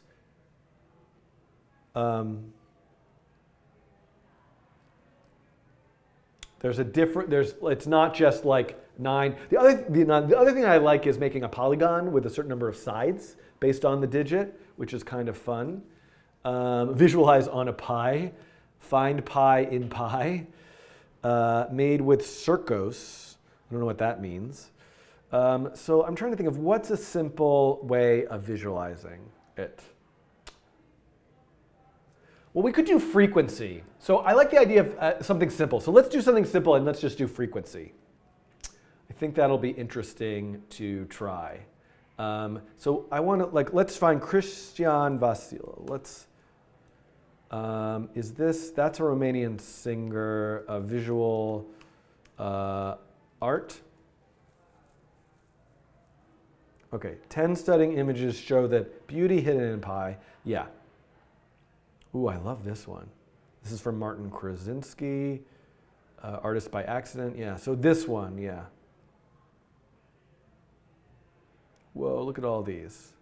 All right, so this is a good set of inspiration. I won't make anything this nice. So I think we can calculate pi on a Raspberry Pi. All right, so we're going to do something to visualize pi. And we have a data file that has 10 million digits, which is way more than we need. Oh, I don't want to open that data file up. I kind of want to just quickly make that into a data file that has 1 million digits. So let me quickly do that. So I'm going to go to, I'm going to say pi equals load strings. What is it? Pi. What was it called? Pi dash 10 million. I just think it'll be a little easier to work with a 1 million. Let me just test this out. Oh, I don't know what I'm doing here. String. And so I just want to say print line pi dot length. Did it load it into just one? Yeah, so there's just one thing. So pi is the first element there.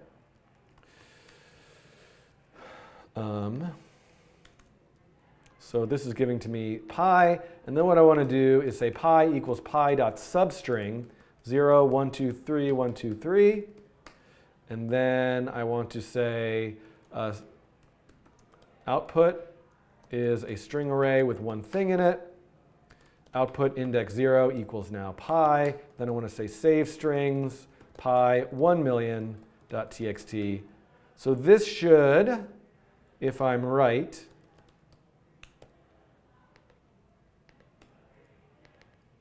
this is a quick little program.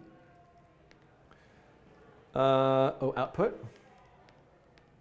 Okay, so this is a quick little program. What I'm doing here is I'm loading all 10 million digits into a string. And load strings in processing loads everything into an array, but there's just one element of the array. So I just want the first element of the array. Then I want to get just the first million digits. Hopefully that's million. And then put that in an output array and save that to another text file. Okay? So I think this will be exclusive. So I want 0 through 999,999, which I think is correct. So let's run this. And I probably should have, and we should say I now have a file called pi 1 million, which is just 1 megabyte. And text edit will have a much easier time opening that up. Great. So I can take a look at that. Were these numbers correct earlier? Yeah, they look right. Okay.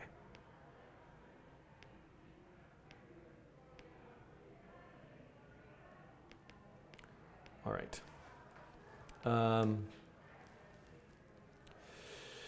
Yeah, I'm going to ignore 3 in the dot. The 3 in the dot aren't in that file, and I'm going to ignore them. Okay.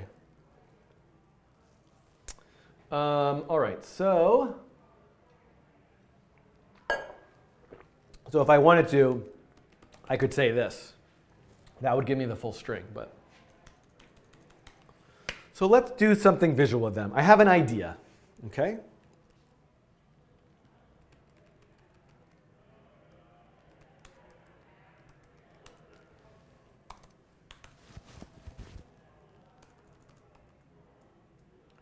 And, okay. All right, ready everybody? Oh good, that went up.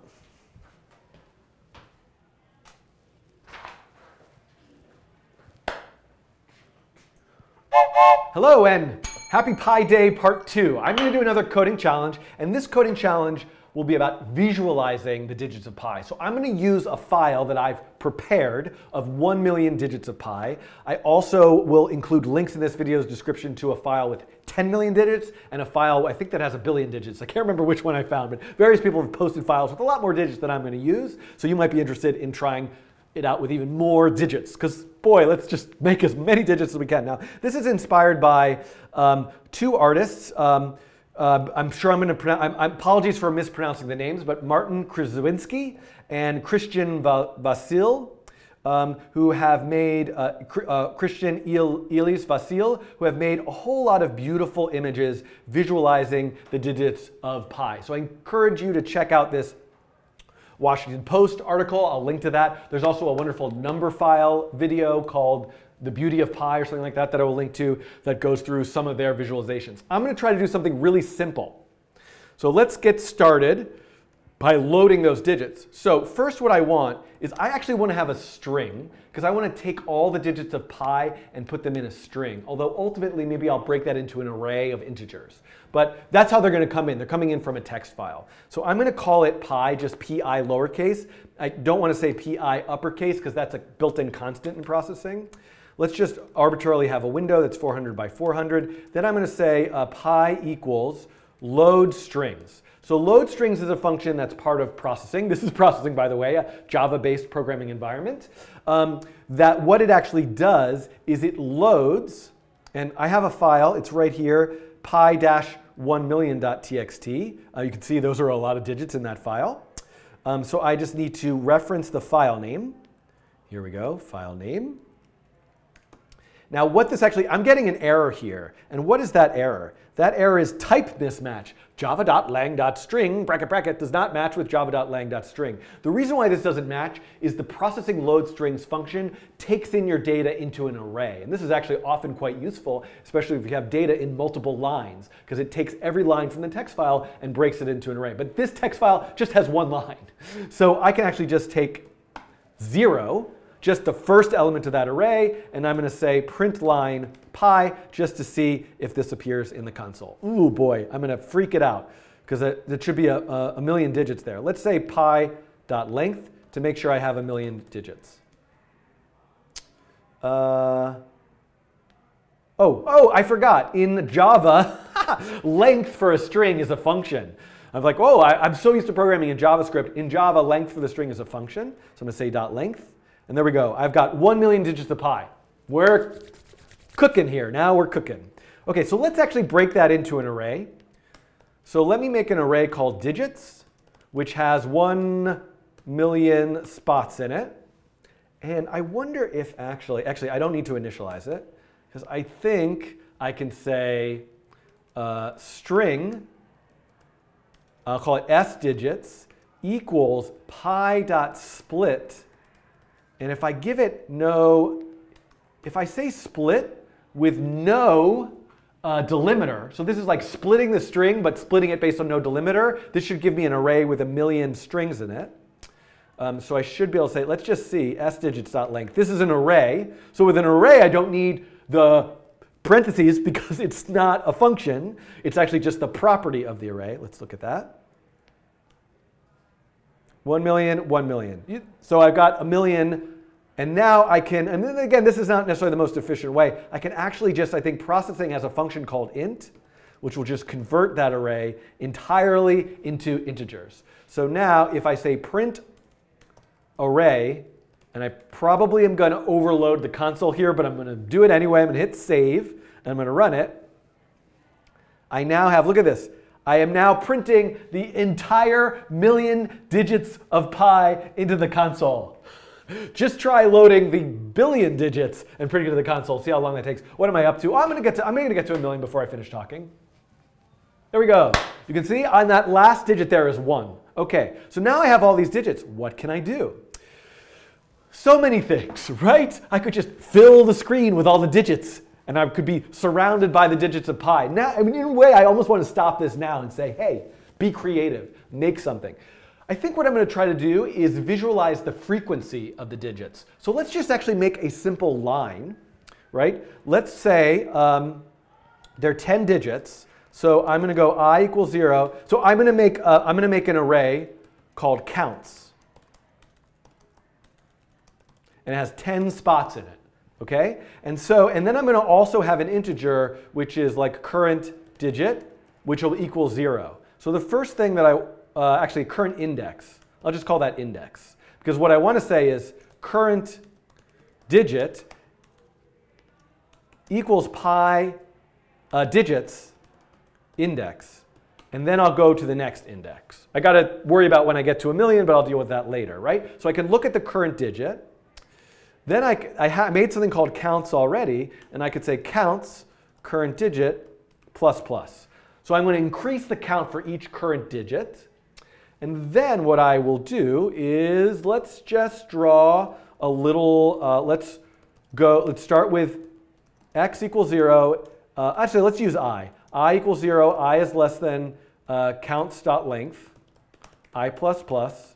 And I can do a little math here. I can say the width is the width of the window divided by counts.length. And so that's x is going to equal I times width, and y is going to equal just height divided by 2. So I'm just going to draw something in the middle. How about an ellipse? And I probably should offset it by half the width. So x comma y, and I'm just going to draw some circles. Oh boy, let's get rid of that console let print line. That's going to be a problem. Apologies, everybody. And I probably should make a smaller data file to work with while I'm developing this. But you can see now I just got a whole bunch of circles. Now, what I want to do is actually let me make the size of the circle relative to the number of digits there are. So counts index I. Why is that giving me an error? Float does not match with int. That's fine. Let's make this an int. So the more times, oh, this should be an int. That's my problem. The index into the array has to be an int. I don't know why I put a float there. This can be a float because it can convert it. So now if I do this, what we're seeing is every time it finds one of those digits, it's growing that circle. Now they're just going to go bigger and bigger, and you can see, well, the distribution is somewhat even. Have I really discovered anything interesting here? I'm not so sure. Let's put these in the path of a circle. That'll be more interesting. So first of all, let me give this a background here. And let's think about this. So, okay, so let's actually make, let's think about polar coordinates for a second. So I'm going to say angle equals map I, which goes from 0 to counts.length to between 0 and 2 pi. Pi is appearing now, right? I want to get an angle all the way around a circle. And then I want my x to be some radius. So like, let's say 200 in this case. 200 times cosine of that angle. And this is me converting from polar coordinates, an angle and a radius, to Cartesian coordinates. I have a video about that I will link to if this is unfamiliar territory to you. Y equals 200 times sine of that angle. And then let's also translate to the middle of the window, because I want to offset everything from the center of the window. And let's take a look and see what this gives us. So now you can see I have now put them all around them. This is digit 0, 1, 2, 3, 4, 5, 6, 7, 8. So I have normalized them in the path of 0. So I don't know if this size is really that interesting. One of these artworks, if I scroll down here, actually what it does, and it does it in a more sophisticated way, is it's connecting digits to the next digit. That would be super interesting to try. Let's try that. So I actually need to look at the next digit in this case, right? So I don't need to worry about this counts stuff. I actually don't even need to worry about this loop thing. Okay, hold on. Let's figure this out. So let me save this. I'm going to save this as pi day 3, because I'm gonna rip this apart now for a second. So let me take this out. Let me get rid of all this count stuff. And let me say digit equals digits index, and then let me say next digit equals digits index plus 1. So I'm going to look at each digit and the next digit. Now what I'm going to do is I'm going to say angle 1 equals, I might as well use the map function, digit which goes between 0 and 10, between 0 and 2 pi. I could pre-compute all these locations. Angle 2 is next digit. So now I just need to do that polar to Cartesian transformation thing again. I'm going to say 200 times cosine of angle 1. y1 equals 200 times sine of angle 1. I'll do the same thing for x2 and y2. Sine of angle 2, cosine of angle 2. And now, what if I draw a line from x1, x2 to y1, y2? So this is me looking at every digit, the next digit, mapping those points, taking those points around a circle and connecting them. Let's see what this does. Ah, beautiful! Guess what? The default stroke for a line in processing is black. So let's make the stroke 255. Okay, so this is working, I think. Let's make the window a little bit bigger so that there is some, let's draw a nice, let's move background to setup, and let's draw a little circle also. So let's say stroke 255. Let's grab that translate here also. And let's say no fill. I just want to draw a little circle so we can see that path. And I'm going to say 0, 0, 200, 200. That 200 should definitely be a variable. And let's try this again. Oops. So the size of the circle is 400, 400, right? Because it's the width. So what have I done wrong here? Why are these points around a square pattern?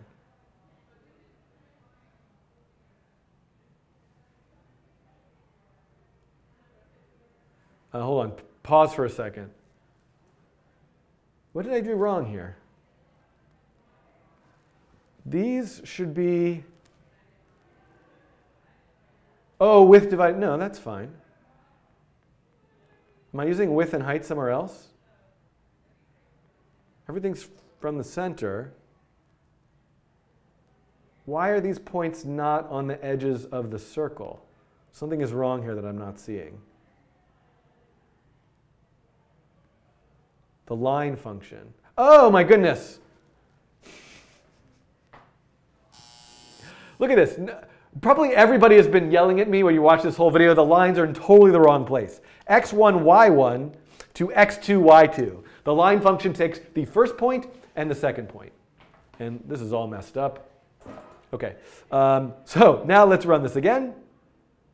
There we go. So now you can see that I am filling up the space. Now, honestly, all it kind of looks like is everything's connected to everything, which of course is the case. So maybe what I need to do is think about color, think about blending, think about those positions there. So, but you're seeing here some interesting possibilities here. So I haven't really made anything so beautiful. That wasn't the point of me making this video. The point of me making this video was to show you how to load all the digits of pi, how to iterate over them, and how to start thinking about drawing based on them. And if you look through and read this Washington Post article or think creatively on your own, I am sure you will come up with your own pi drawing. So please share PyTrain, I don't know, hashtag PyTrain on Twitter. Go to thecodingtrain.com and submit your, there'll be information there at the page for this coding challenge of how to submit your version of it. Share it with me on Twitter, share it with me in the comments. I would love to see your visualization of all of the digits of pi. Yeah, so in the chat, I'm being told, oh, add some randomness, a little bit of randomness to those locations. That would certainly help. I guess I could do that before I leave. I mean, I'm not going anywhere, but like I could, and Gaussian randomness might be nice, but like what if I just say, oh, Tanang, it's a, sorry, let's add a little bit of randomness each time. Actually, the randomness should be in between whatever the difference between each angle is. So hold on. The difference between two angles is 2 pi divided by 10. So I want to pick something random in between there. Let's try that. Let's try that just to get a little something. And then let's make this stroke weight. Stroke, let's give it like some alpha. And now we can see, I don't know whether I've made anything better necessarily, but you can see this is like a variation on this theme. So you, the viewer of this video, are a more creative, visually talented person than I am. That I am sure of. So I don't want to go too far with this. I'm not adding any color. I'm not being thoughtful about those positions. The circular idea is just one idea. A grid is another idea. Somebody's suggestion making a skyline based on the digits of pi. There's so many designs that you could think about making based on the digits of pi. And another thing that I'm going to do in the next video is look at how to think about scale. So this is me just making it in a processing sketch, but what if I want to, it does kind of look like the moon, which is pretty interesting. What if I want to render out the digits of pi to a giant high resolution poster? So I'm going to look at that in the next coding challenge. Thank you. Oh yeah, this is incorrect. This should really be like, oh right, no, I got it right, okay. The original one is remembering the count of the digit n and then moving down the amount of the arc allocated to that digit. Oh, that's interesting. Did you watch the 3 blue 1 brown video? Is that a new video from today? I did not, if I did. Let's take a look at this again. Look at this. Pi moon. This is hereby referred to as the pi moon. The question I have is, just to be clear about this, I think why this isn't so interesting, is that like if I just say this, actually what would be interesting, sorry I have to blow my nose, would be the count. It would be interesting to count how many times the digit appears, the same digit in sequence. Oh, sorry for your ears there.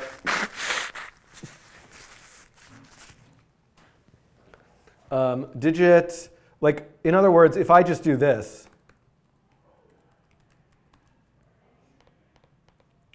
right? If I just pick random digits,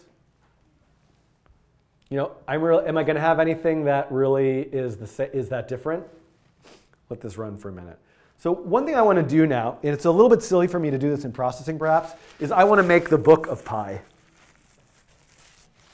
So that question is like, can you really tell the difference between this, where I'm just picking random digits, or not? But I do feel like that was enough to instigate some creativity. Add the index map down from 0 to 1,000,000 to 0 to 2 pi divided by 10. Oh, that's interesting. So, okay, I don't know why I'm all sniffly all of a sudden. All right, so what I want to do now, I'm going to leave that as is. The point of what I'm doing, again, is not to make something beautiful, but to kind of give people the beginning steps. Okay, so let's do pi day 4. So what I want to do now,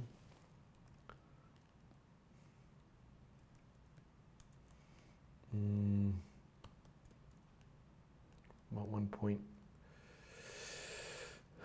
I'm just looking here. 11. Okay, so let's make something that's 11 by 800 pixels. Will that show up? Oh, that's landscape. I think I'm at 800 by 1150. That will not show up. So what I want to do now is make the book of pi.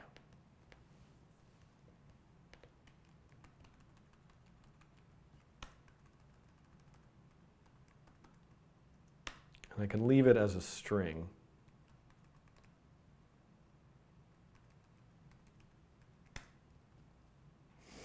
Okay. And I'm going to get rid of draw.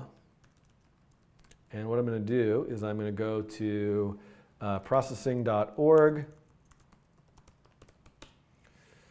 libraries,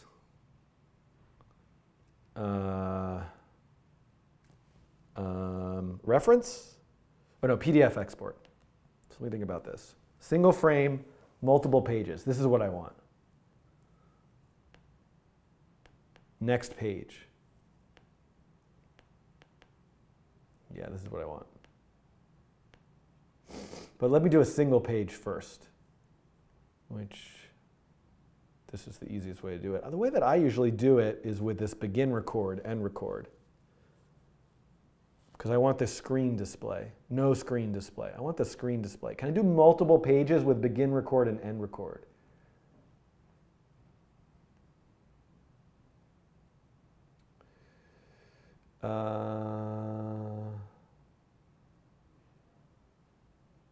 What's the next page? PDF next page. Can I still get this and do next page? So I just want to test something. What I want to do, let me just test something. Forget about this for a second. What I want to do is I want to say, I just want to understand how this works before I do the challenge. Begin record. Book of Pi. Then I want to say, and I also want to get the renderer. But the renderer doesn't exist. Oh, I need the import the library. Does the renderer not exist though if I'm using begin record? Well, let's see. This might work. I wonder if I need to say it afterwards. Let's do this.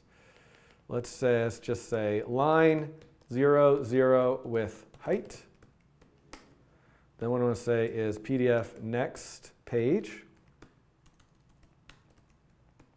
I'm going to say line width, comma 0. So let's say background 0. I want to say background 0, width 0, 0, height. Stroke. Let's see if I can do multiple pages and screen display. And then I want to say, then I think I say end record. I'm so sniffly. Okay. Okay, let's see if this works. No. So I think I can only do the next page thing if I use this. Let's see if this will do it. Require a path. So I could make the poster of Pi. I'm not going to see. I guess I could just. So now I don't need begin record and I don't need end record. Let's just even see if this works. Oh, I think I need to say exit. Okay. So now I should have a PDF, Book of Pi. 1, 2, 2 pages. View, thumbnails. Yep, 1, 2. Now there's things are a little off here. 1150, 800.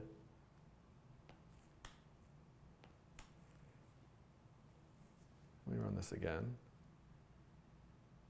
Oh, and I want the background to be white, the stroke to be black.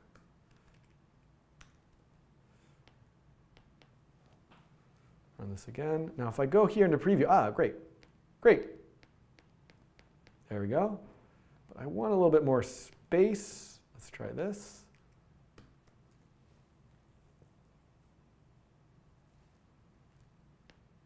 Okay, great. Yep, this is working. I just want to see something. Just want to see p font f equals create font courier. I just want to use. I want to use a.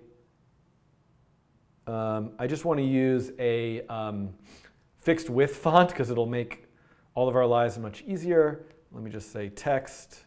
So let me say fill 0 text.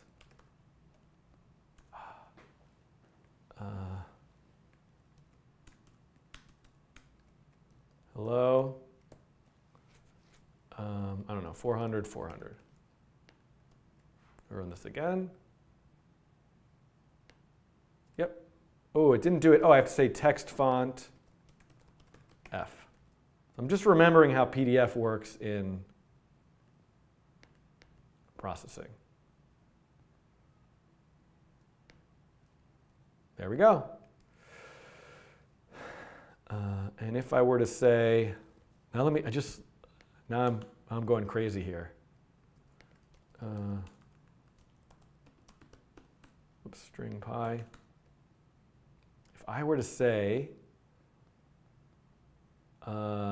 text pi 0, 0 with height, just see what happens here. Uh-oh. This is going to take a little bit longer, people.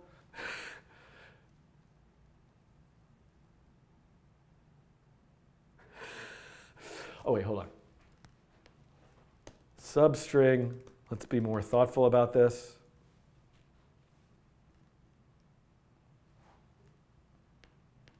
Okay, yep.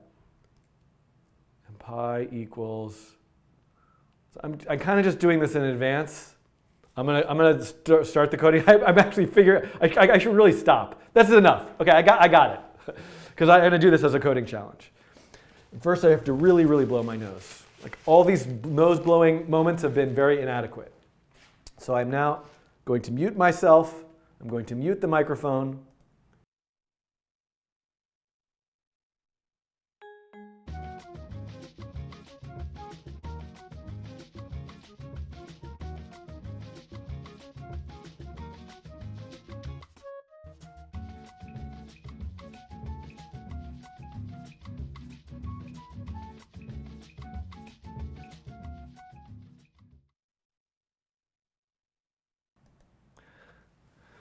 Okay, I hear that there are, okay, I hear that maybe there are close to 314 likes on this video, which is exciting. All right.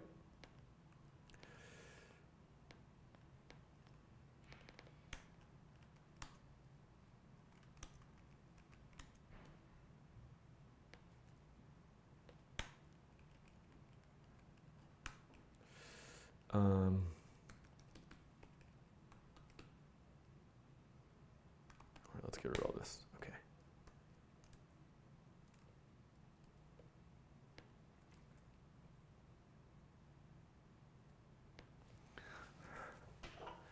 I don't know why I just do this now at the beginning of every video. Welcome to another Pi Day themed coding challenge. This coding challenge, I'm going to make the Book of Pi. So one of my favorite things that I have is a book called A Million Random Digits. And it has, like it says, a million random digits. And in fact, it has 100,000 normal deviates. And I think I've talked in other videos about the origins of this book. Super interesting story. A link to purchase your own copy, I guess, in this video's description. It's not for me. But I would love to have a book just like this that is a million, a billion, a lot of digits of pi, because then I could read it quietly to my children at nighttime when it's bedtime. Because they're a little tired of the random numbers. So I would like to make this book. And then hopefully I'm going to make a really poorly designed, not very thoughtful version of it. You're going to watch this video and you're going to make your own more beautiful version of it. Maybe we'll print them. There'll be a limited edition Coding Train Book of Pi. I have no idea. I don't know what's going to come of this. But I'm going to do this in processing. Now, processing is a Java-based programming environment. It works with graphics and animation, and it's from the Processing Foundation. All sorts of links about more of that in this video's description. But one of the reasons why I want to use it is it has a wonderful PDF export library. So it allows me to arbitrarily draw anything and export it out as a PDF. So it can be brought into Adobe Illustrator, or it can be... I'm so glad that the camera went off right then, because I really don't want to buzz market Adobe Illustrator by accident. Coding Train not sponsored by Adobe. I mean, but Adobe, I'm right here. Anytime you want to sponsor the Coding Train, go for it. Okay. A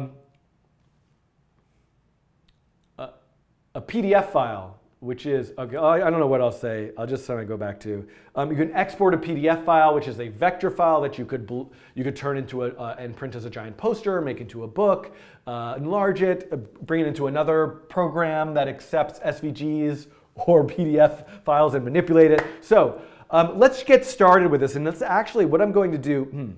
So what I want to do just to start is I want to get this example. So there are two ways to render PDFs in processing. One is a way where you don't actually see any preview of it, it just renders the PDF directly. And another is a way to see a preview. And I kind of want to see the preview. So the first thing I'm going to do is to say import processing.pdf. And by the way, this program already has the code to load 1 million digits of pi into a variable. Excuse me, and I will include with this video and this code links to a file that has 10 million digits and a file that has, let me just go look this up, 1 billion, okay. And a file that has 1 billion digits. So if you want to go even crazier than I'm going to go in this video, you can check out those files as well. Okay, so now I have those. Just to make sure it's working, let me say println pi.length. Length being a function of the string class in Java, and I can see there's 1 million digits here. And if I go look, just look in the data, oops, we can see I was already testing this. We can see there's the 1 million digits. Okay, so it's there. Okay, so let me go and grab. So I imported the PDF library. Now I want to get begin record. I'm just going to, then I'm going to say background 255. I'm going to draw a line. I'm going to say stroke. Actually, let's put some text in here because we're going to need to do text.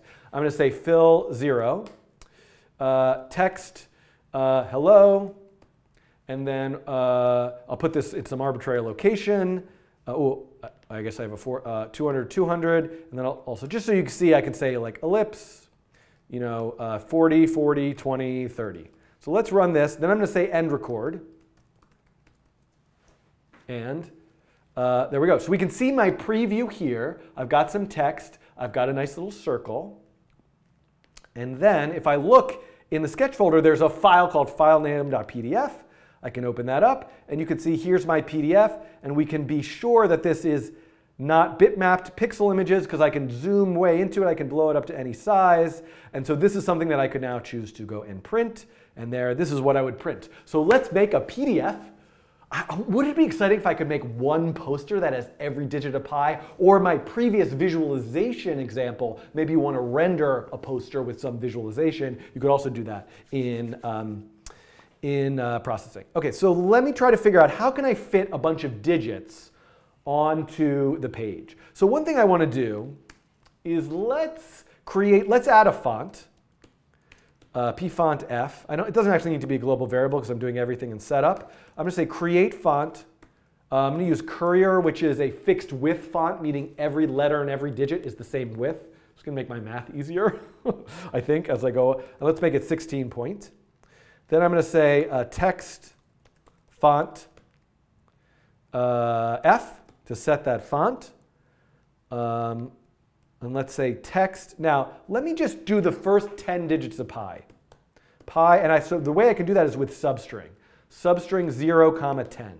This is a function that's going to say, hey, that string of 1 million digits, give me the first 10, and let me render those at pixel location 200, 200. Okay. And by the way, this text file doesn't have the 3 dot in it, so let me also add 3 point, because it starts with 14159. Okay, let me get rid of this ellipse. And one thing that I can do just to kind of, as I'm working on this, and so let's call this also, let's call this file book of pi. And let's run this program. And now let's open up that file. And we can see, there it is. I have the digits of pi in a PDF. Oh boy. And this is like, well, it should be selectable text, but okay, now let's think about this further. What do I want to do next? Let's put it at 0, 0 and see what happens. I should be able to go here and have it update. Okay. Whoops. Why doesn't it update? Do I really have to open it again in preview? Okay, so I don't see that anymore. So one of the reasons why I don't see it anymore is 0, 0 for text is right off the top there. So how big is that Courier font? Maybe the line height is also 16 points. So let me put it at 0, 16. And there we go. I got it to update. And I can see there it is. There is the text. It's appearing there. Now let me make this kind of landscape size of an 8.5 by 11. So this would be the equivalent of an 8.5 by 11 piece of paper because it's 1150 pixels wide and 850 pixels high. This is one way to do it, I think. And let me run this again.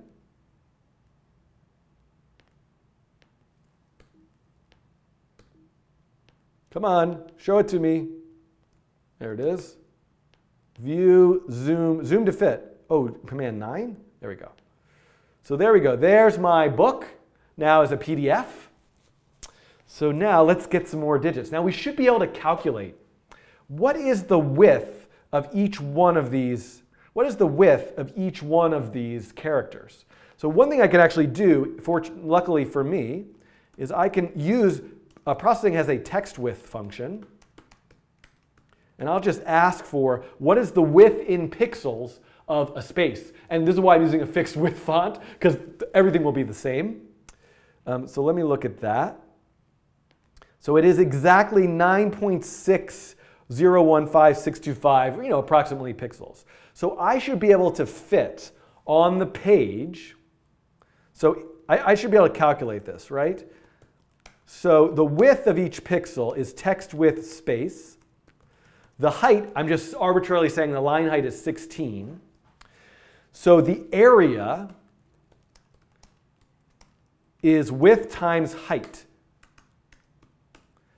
So how many of, and the area, so the area of a single character is width times height. The area of the entire page is width times height in pixels. So I should be able to, the total number of characters I should be able to fit on that page is the area of the entire page divided by the area of each character. And I'm going to convert that to an integer and not worry about rounding issues. And then I should be able to say, give me all those characters on one page. Hit finished. And look, but here's the thing, there are no line breaks, right? So one of the nice things about processing, it will actually fit all the text into a box. So what I can add here, I want to add is, and the point of this, by the way, is for me not to have to look at the PDF because I have this preview here. So I can actually just add into my text function 2 more arguments with comma height, and let's see what we get. Okay, that's pretty good. Now, why did it, looks like it's, yay. All right, fine. Why is it, it's a little bit down, the line height, I sort of feel like I kind of want to squeeze stuff in. Yeah,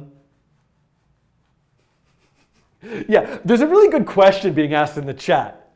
STN asks, I don't really get why using processing for this. Open the 1 million digits file in a text editor and export to PDF. Done. This is an excellent point. The reason why I'm doing this is because my point of this is you could now think of a more creative way. What if you wanted to give each one of these characters a different color, a different size, you wanted to make a spiral pattern, you wanted to draw a rectangle based on color. Think of the visualization stuff that I did. So I just want this to be a foundation for building something. And I also just want to explore PDF rendering and processing to render a book. Is that even possible? I actually have never tried to do this before. So, I'm going to try using a line height of 12. Let's see how that looks. And that's better. And I'm down a line by accident, which is probably has to do, why did that happen? And so, 16. Let's try this. So I wonder if now, for whatever reason, the way that I'm doing this is I can actually now, because I want to fit it in the box, aha. There we go. Because I want to fit it in the box. Now the question is, did I actually fit all of those characters into this box perfectly? Now you can see that there's a little bit of spacing there relative to the spacing there. I'm not going to get too hung up about that. Probably text-align center, left center maybe. If I was doing each character individually, there might be a way that I could align the text. Let's try. Is this work if I just do the... I think this is only going to work if I'm... Because I can do a horizontal and vertical alignment.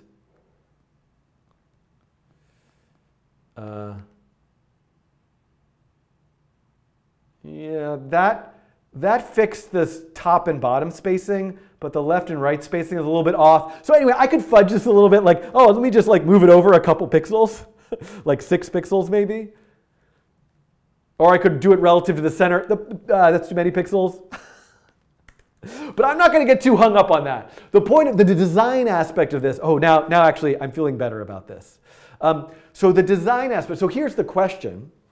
Let's look at the PDF. There we go. Did I really get all 1,000, all the pixels? Is this really, did I get the full substring on that page? So let me say, let me check some stuff. Print line total, and then print line pi.sub. Let me look at this substring. So if we look in the console at that substring, we can sort of, oh, this is like the worst way to look at it. We can see this is where it ends. It ends with 90661. Oh boy. So something went wrong here. Let me copy paste this into a text file, just to be sure. So something about my math is off. 9866. So let's, sorry, what I'm seeing in the window here, let's check the PDF to be sure. Oh, look at this.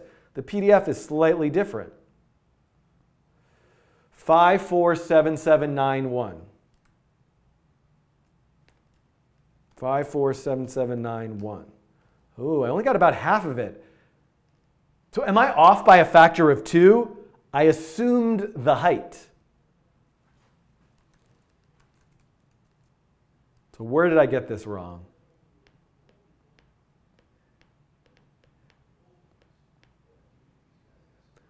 Oh, this is wrong. Height 12, I forgot that I assumed, I need to, oh, I'm so silly. So I assumed the height. I calculated the width of the character, but I just figured, oh, let me make up some height. So actually the way to get the height is text ascent, which is the highest point of a character. There's no text height function, minus text descent, I think. Let me print that out and see what we get. Of course, that's wrong. Okay, let me print that out. And I don't want to see this anymore. 9. Oh yeah, 9. So now we can see 98662. It's the same amount that's on the page. So let me print line this. I do have to print that out. And see, where does this end? It's many fewer digits. Ah. My math is off. Oh, wait, no. Oh boy. Center, 3. Hold on. This like, I thought that insect was crawling on me. 16 pixel plus space. Isn't there 1 digit missing? The dot doesn't count. The dot counts as a digit. So hold on, let me clear the, printing to the console is sort of off. All right, let me try this again, printing to the console. And let me grab this. Maybe, let me look here. Whoa. 63127. That doesn't look like what's there.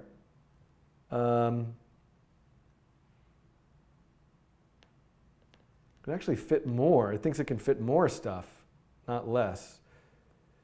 Hold on, let me think about this. What have I gotten wrong?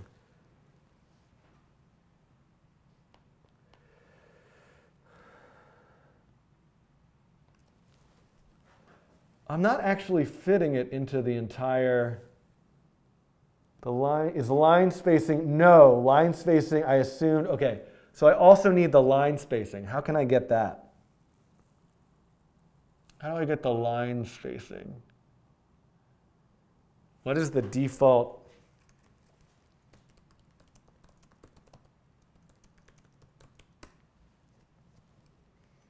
So what would the default line spacing be? I mean, I could have just done this now manually. Like I could do the line spacing manually without using the box. The default, I mean, I could just do trial and error here. So this doesn't work because this is not the, this is actually like the height of the character, but there's line spacing in there. Is there a function in processing?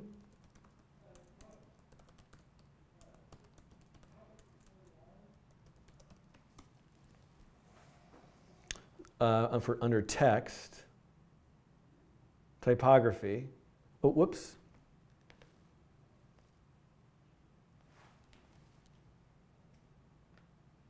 Text leading, maybe. Text leading. Oh, it sets it. Ah, okay. Text leading 10. That's 10. 20, that's 20. Ah, okay. Okay. We said for the default, if text size 48 is run, okay, okay. So I wonder if I could get the current text leading.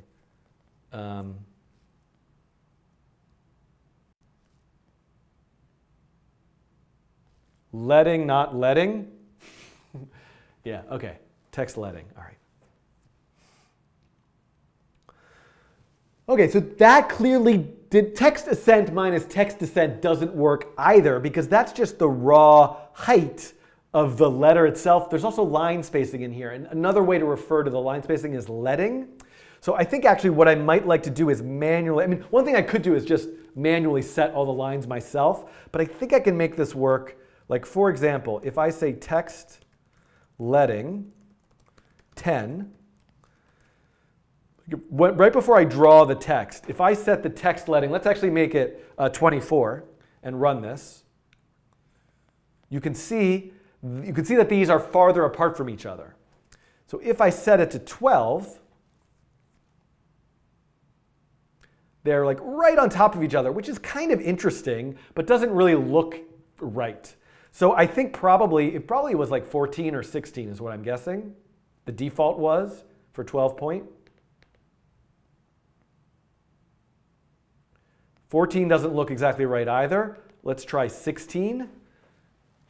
There's probably a formula for what the default leading is. This looks pretty reasonable. So let's go with 16. So now, I think this is going to work. If I make a if I say h equals 16, and then I set the text leading to h, now what I'm going to do, let me run this. One more try here. Okay, so it looks like it really squeezed all the way in there to the bottom. The last digit is 601. Let's look down in the console here. Let me try to copy paste what it thinks it should fit on that page, and let's hope we're right. Ah, 601. Oh, there's a lot of 601s. I'm getting closer. I feel like, well, let's see, was it at least 74519601? I think I might have to do the lines myself. 7451961. So what did I get? I got so much closer. What did I get wrong?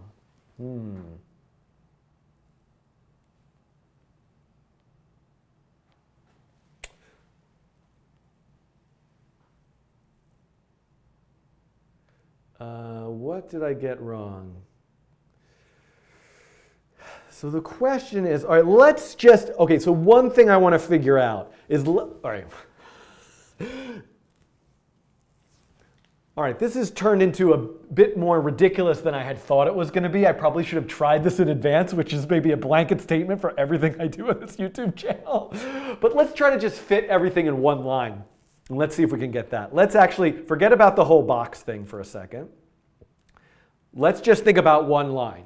The text width of a space, And so I'm going to make things simpler here.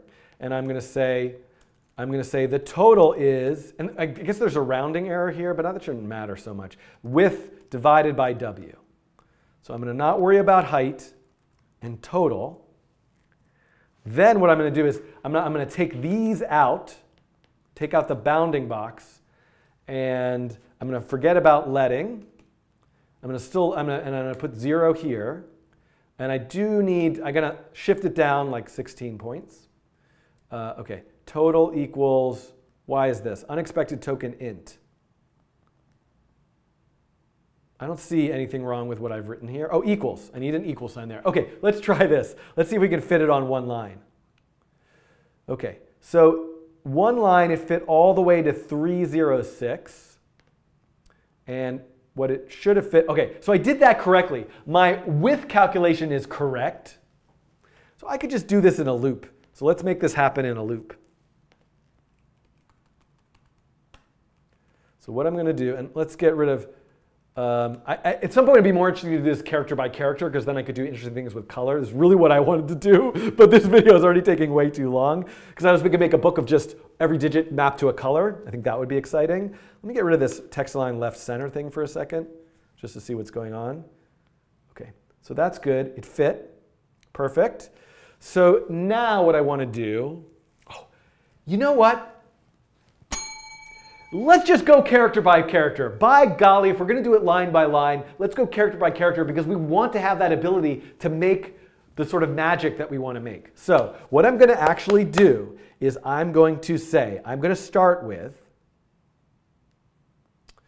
an X. I'm going to start with a Y. I'm going to say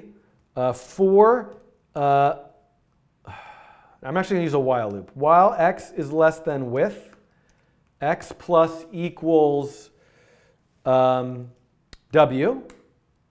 If x is greater than or equal to width minus w, just greater than. If it doesn't fit, the full letter doesn't fit on. Let's set, we're going to go y plus equal height. And x is going to get set back to 0. So I'm going to do, this is totally insane what I'm doing now. And then I'm going to say text x comma y, and let me just say h. Now one thing I'm going to do to speed things up for a little bit is I'm going to take out the begin record and end record. I don't want to deal with the PDF right now. I just want to see what this looks like. Do I not have an h? So I need an h, which I'm going to make up as 16. Oh boy. I don't have any, I don't have, this is never going to stop.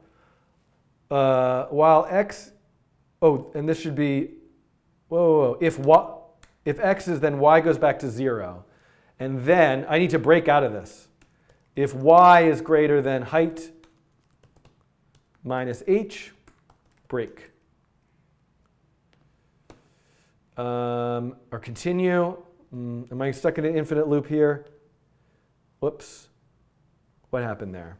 We went across, this should be x. Y goes up, x goes back to 0. Just think about this.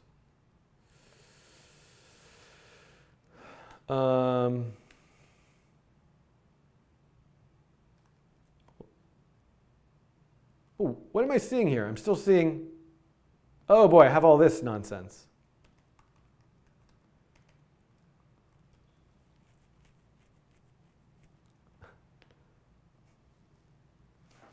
Hold on, pause for a second. The while condition.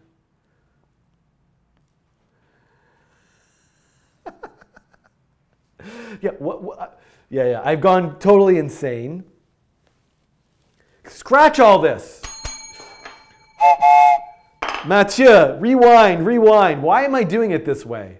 This is like I'm at 2 hours here and I'm like panicking.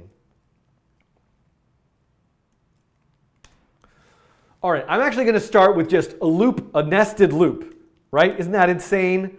Let's just have, let's have y be the outer loop. goes all the way up to height. Y plus equals h. So I'm going to have an h of 16 and a width of whatever sort of text width is. Then I'm going to have an x. X is less than height. And x goes up by this. Then what I'm going to do is, just for the sake of argument, let me just draw a rectangle at x, y with a width and a height. So this represents the box of the letter. And I'm going to say, I should start this whole challenge over. I really, really should. I really should. Can I just please start this whole challenge over?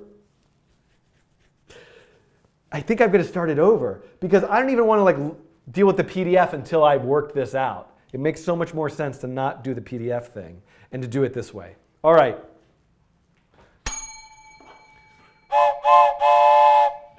Hold on, coding train, stopping at the station. It's backing up. We're going to take a momentary break here to center ourselves. We're going to read some digits of pi. Oh, the digits of pi aren't there anymore. 91927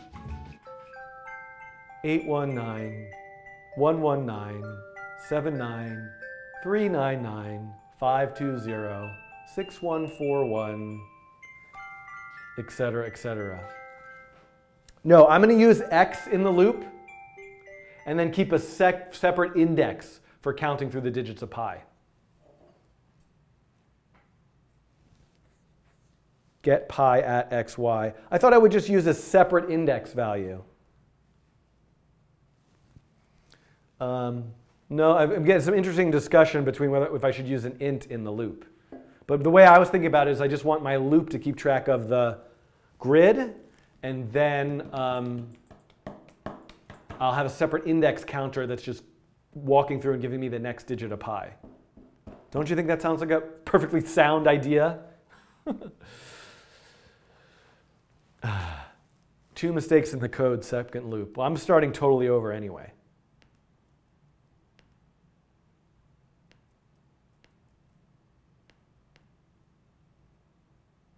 Yeah. I could do the grid, oh right, the grid positions could be, the reason why they're floats is because this text width is not going to actually come out to an integer. But certainly it would make more sense.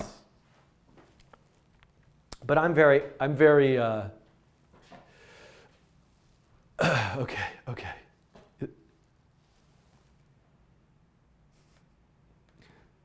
I'm going to do it my way. You are all going to make a much better version of this. Just calculate the count for x and the count for y. Yes. No, I know I could do that, but then I have to multiply it out. I don't want to do it that way. I don't want to do it that way. All right, we're starting over. This is why I make these videos, so I can do it in a silly way that you watch and say, that's ridiculous. I'm going to learn something. I'm going to do it my own way, and you will learn something in that process.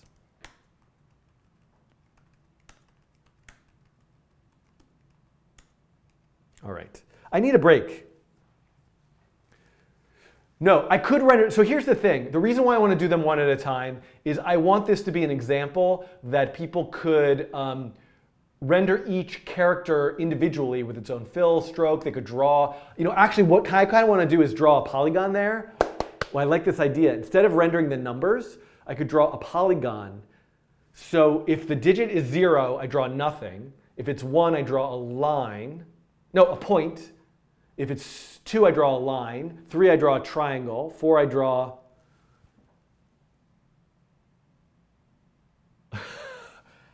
a square. I'm like, 4, a gon. What's 4? Greek for 4, a square. 5, a 5-sided thing. 6, a hexagon. I think I need a break. I need to get some water. All right. Please bear with me.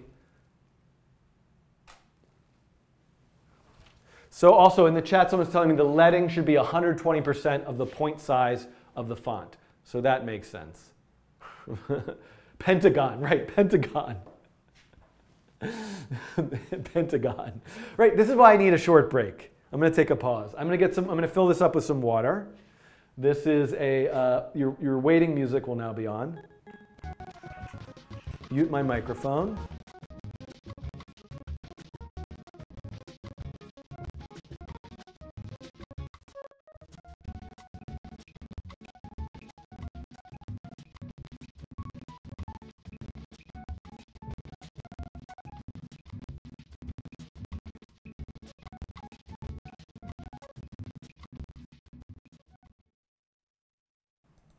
The music is glitchy again. You know, this happens. All right, forget about the hold music. I do know how to fix this. It's like a wires crossed thing. I figured out it's like interference from some of these different cables.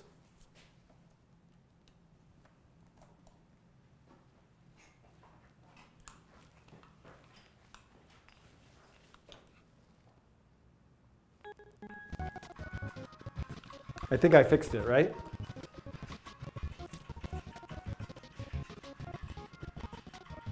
Somebody tell me it's fixed. And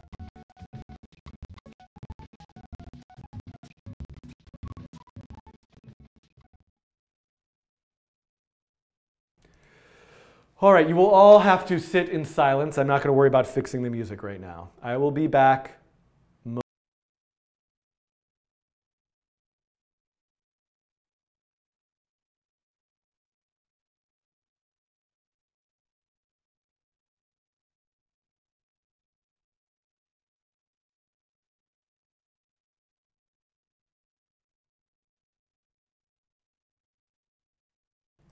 I forgot that I muted my microphone. Actually, I think I'm going to go make myself a coffee. I had tea earlier, and I think if I'm going to do this, actually, you know what I'm going to do? This is going to be very annoying to all of you. You can hear me now. I think what I'm going to do, it's 1:40. I'm going to take a break for an hour and come back. Because I would like to do this coding challenge. I think it'll be interesting. And so then I can grab a quick, maybe it'll only be a half an hour. Like I'm going to go downstairs, I'm going to make a coffee. I have a sandwich that I made. I didn't actually make it, I bought. I left downstairs for myself. So let me go and just take a half an hour break or so. And then I will make myself a coffee, have a little sandwich. My mind will clear so that I remember what a square is. And I will come back. I'm sorry, everybody. I know some of you are in, but it doesn't, you know, half an hour doesn't help. So, and I will be back. So I will be back in approximately, certainly within an hour by 2:40, but hopefully sooner than that. All right, okay, everybody. If you want to, I can try to upload the code I made from this morning. I'm not going to worry about that. I will see you all very soon. I will be back. Thank you for watching.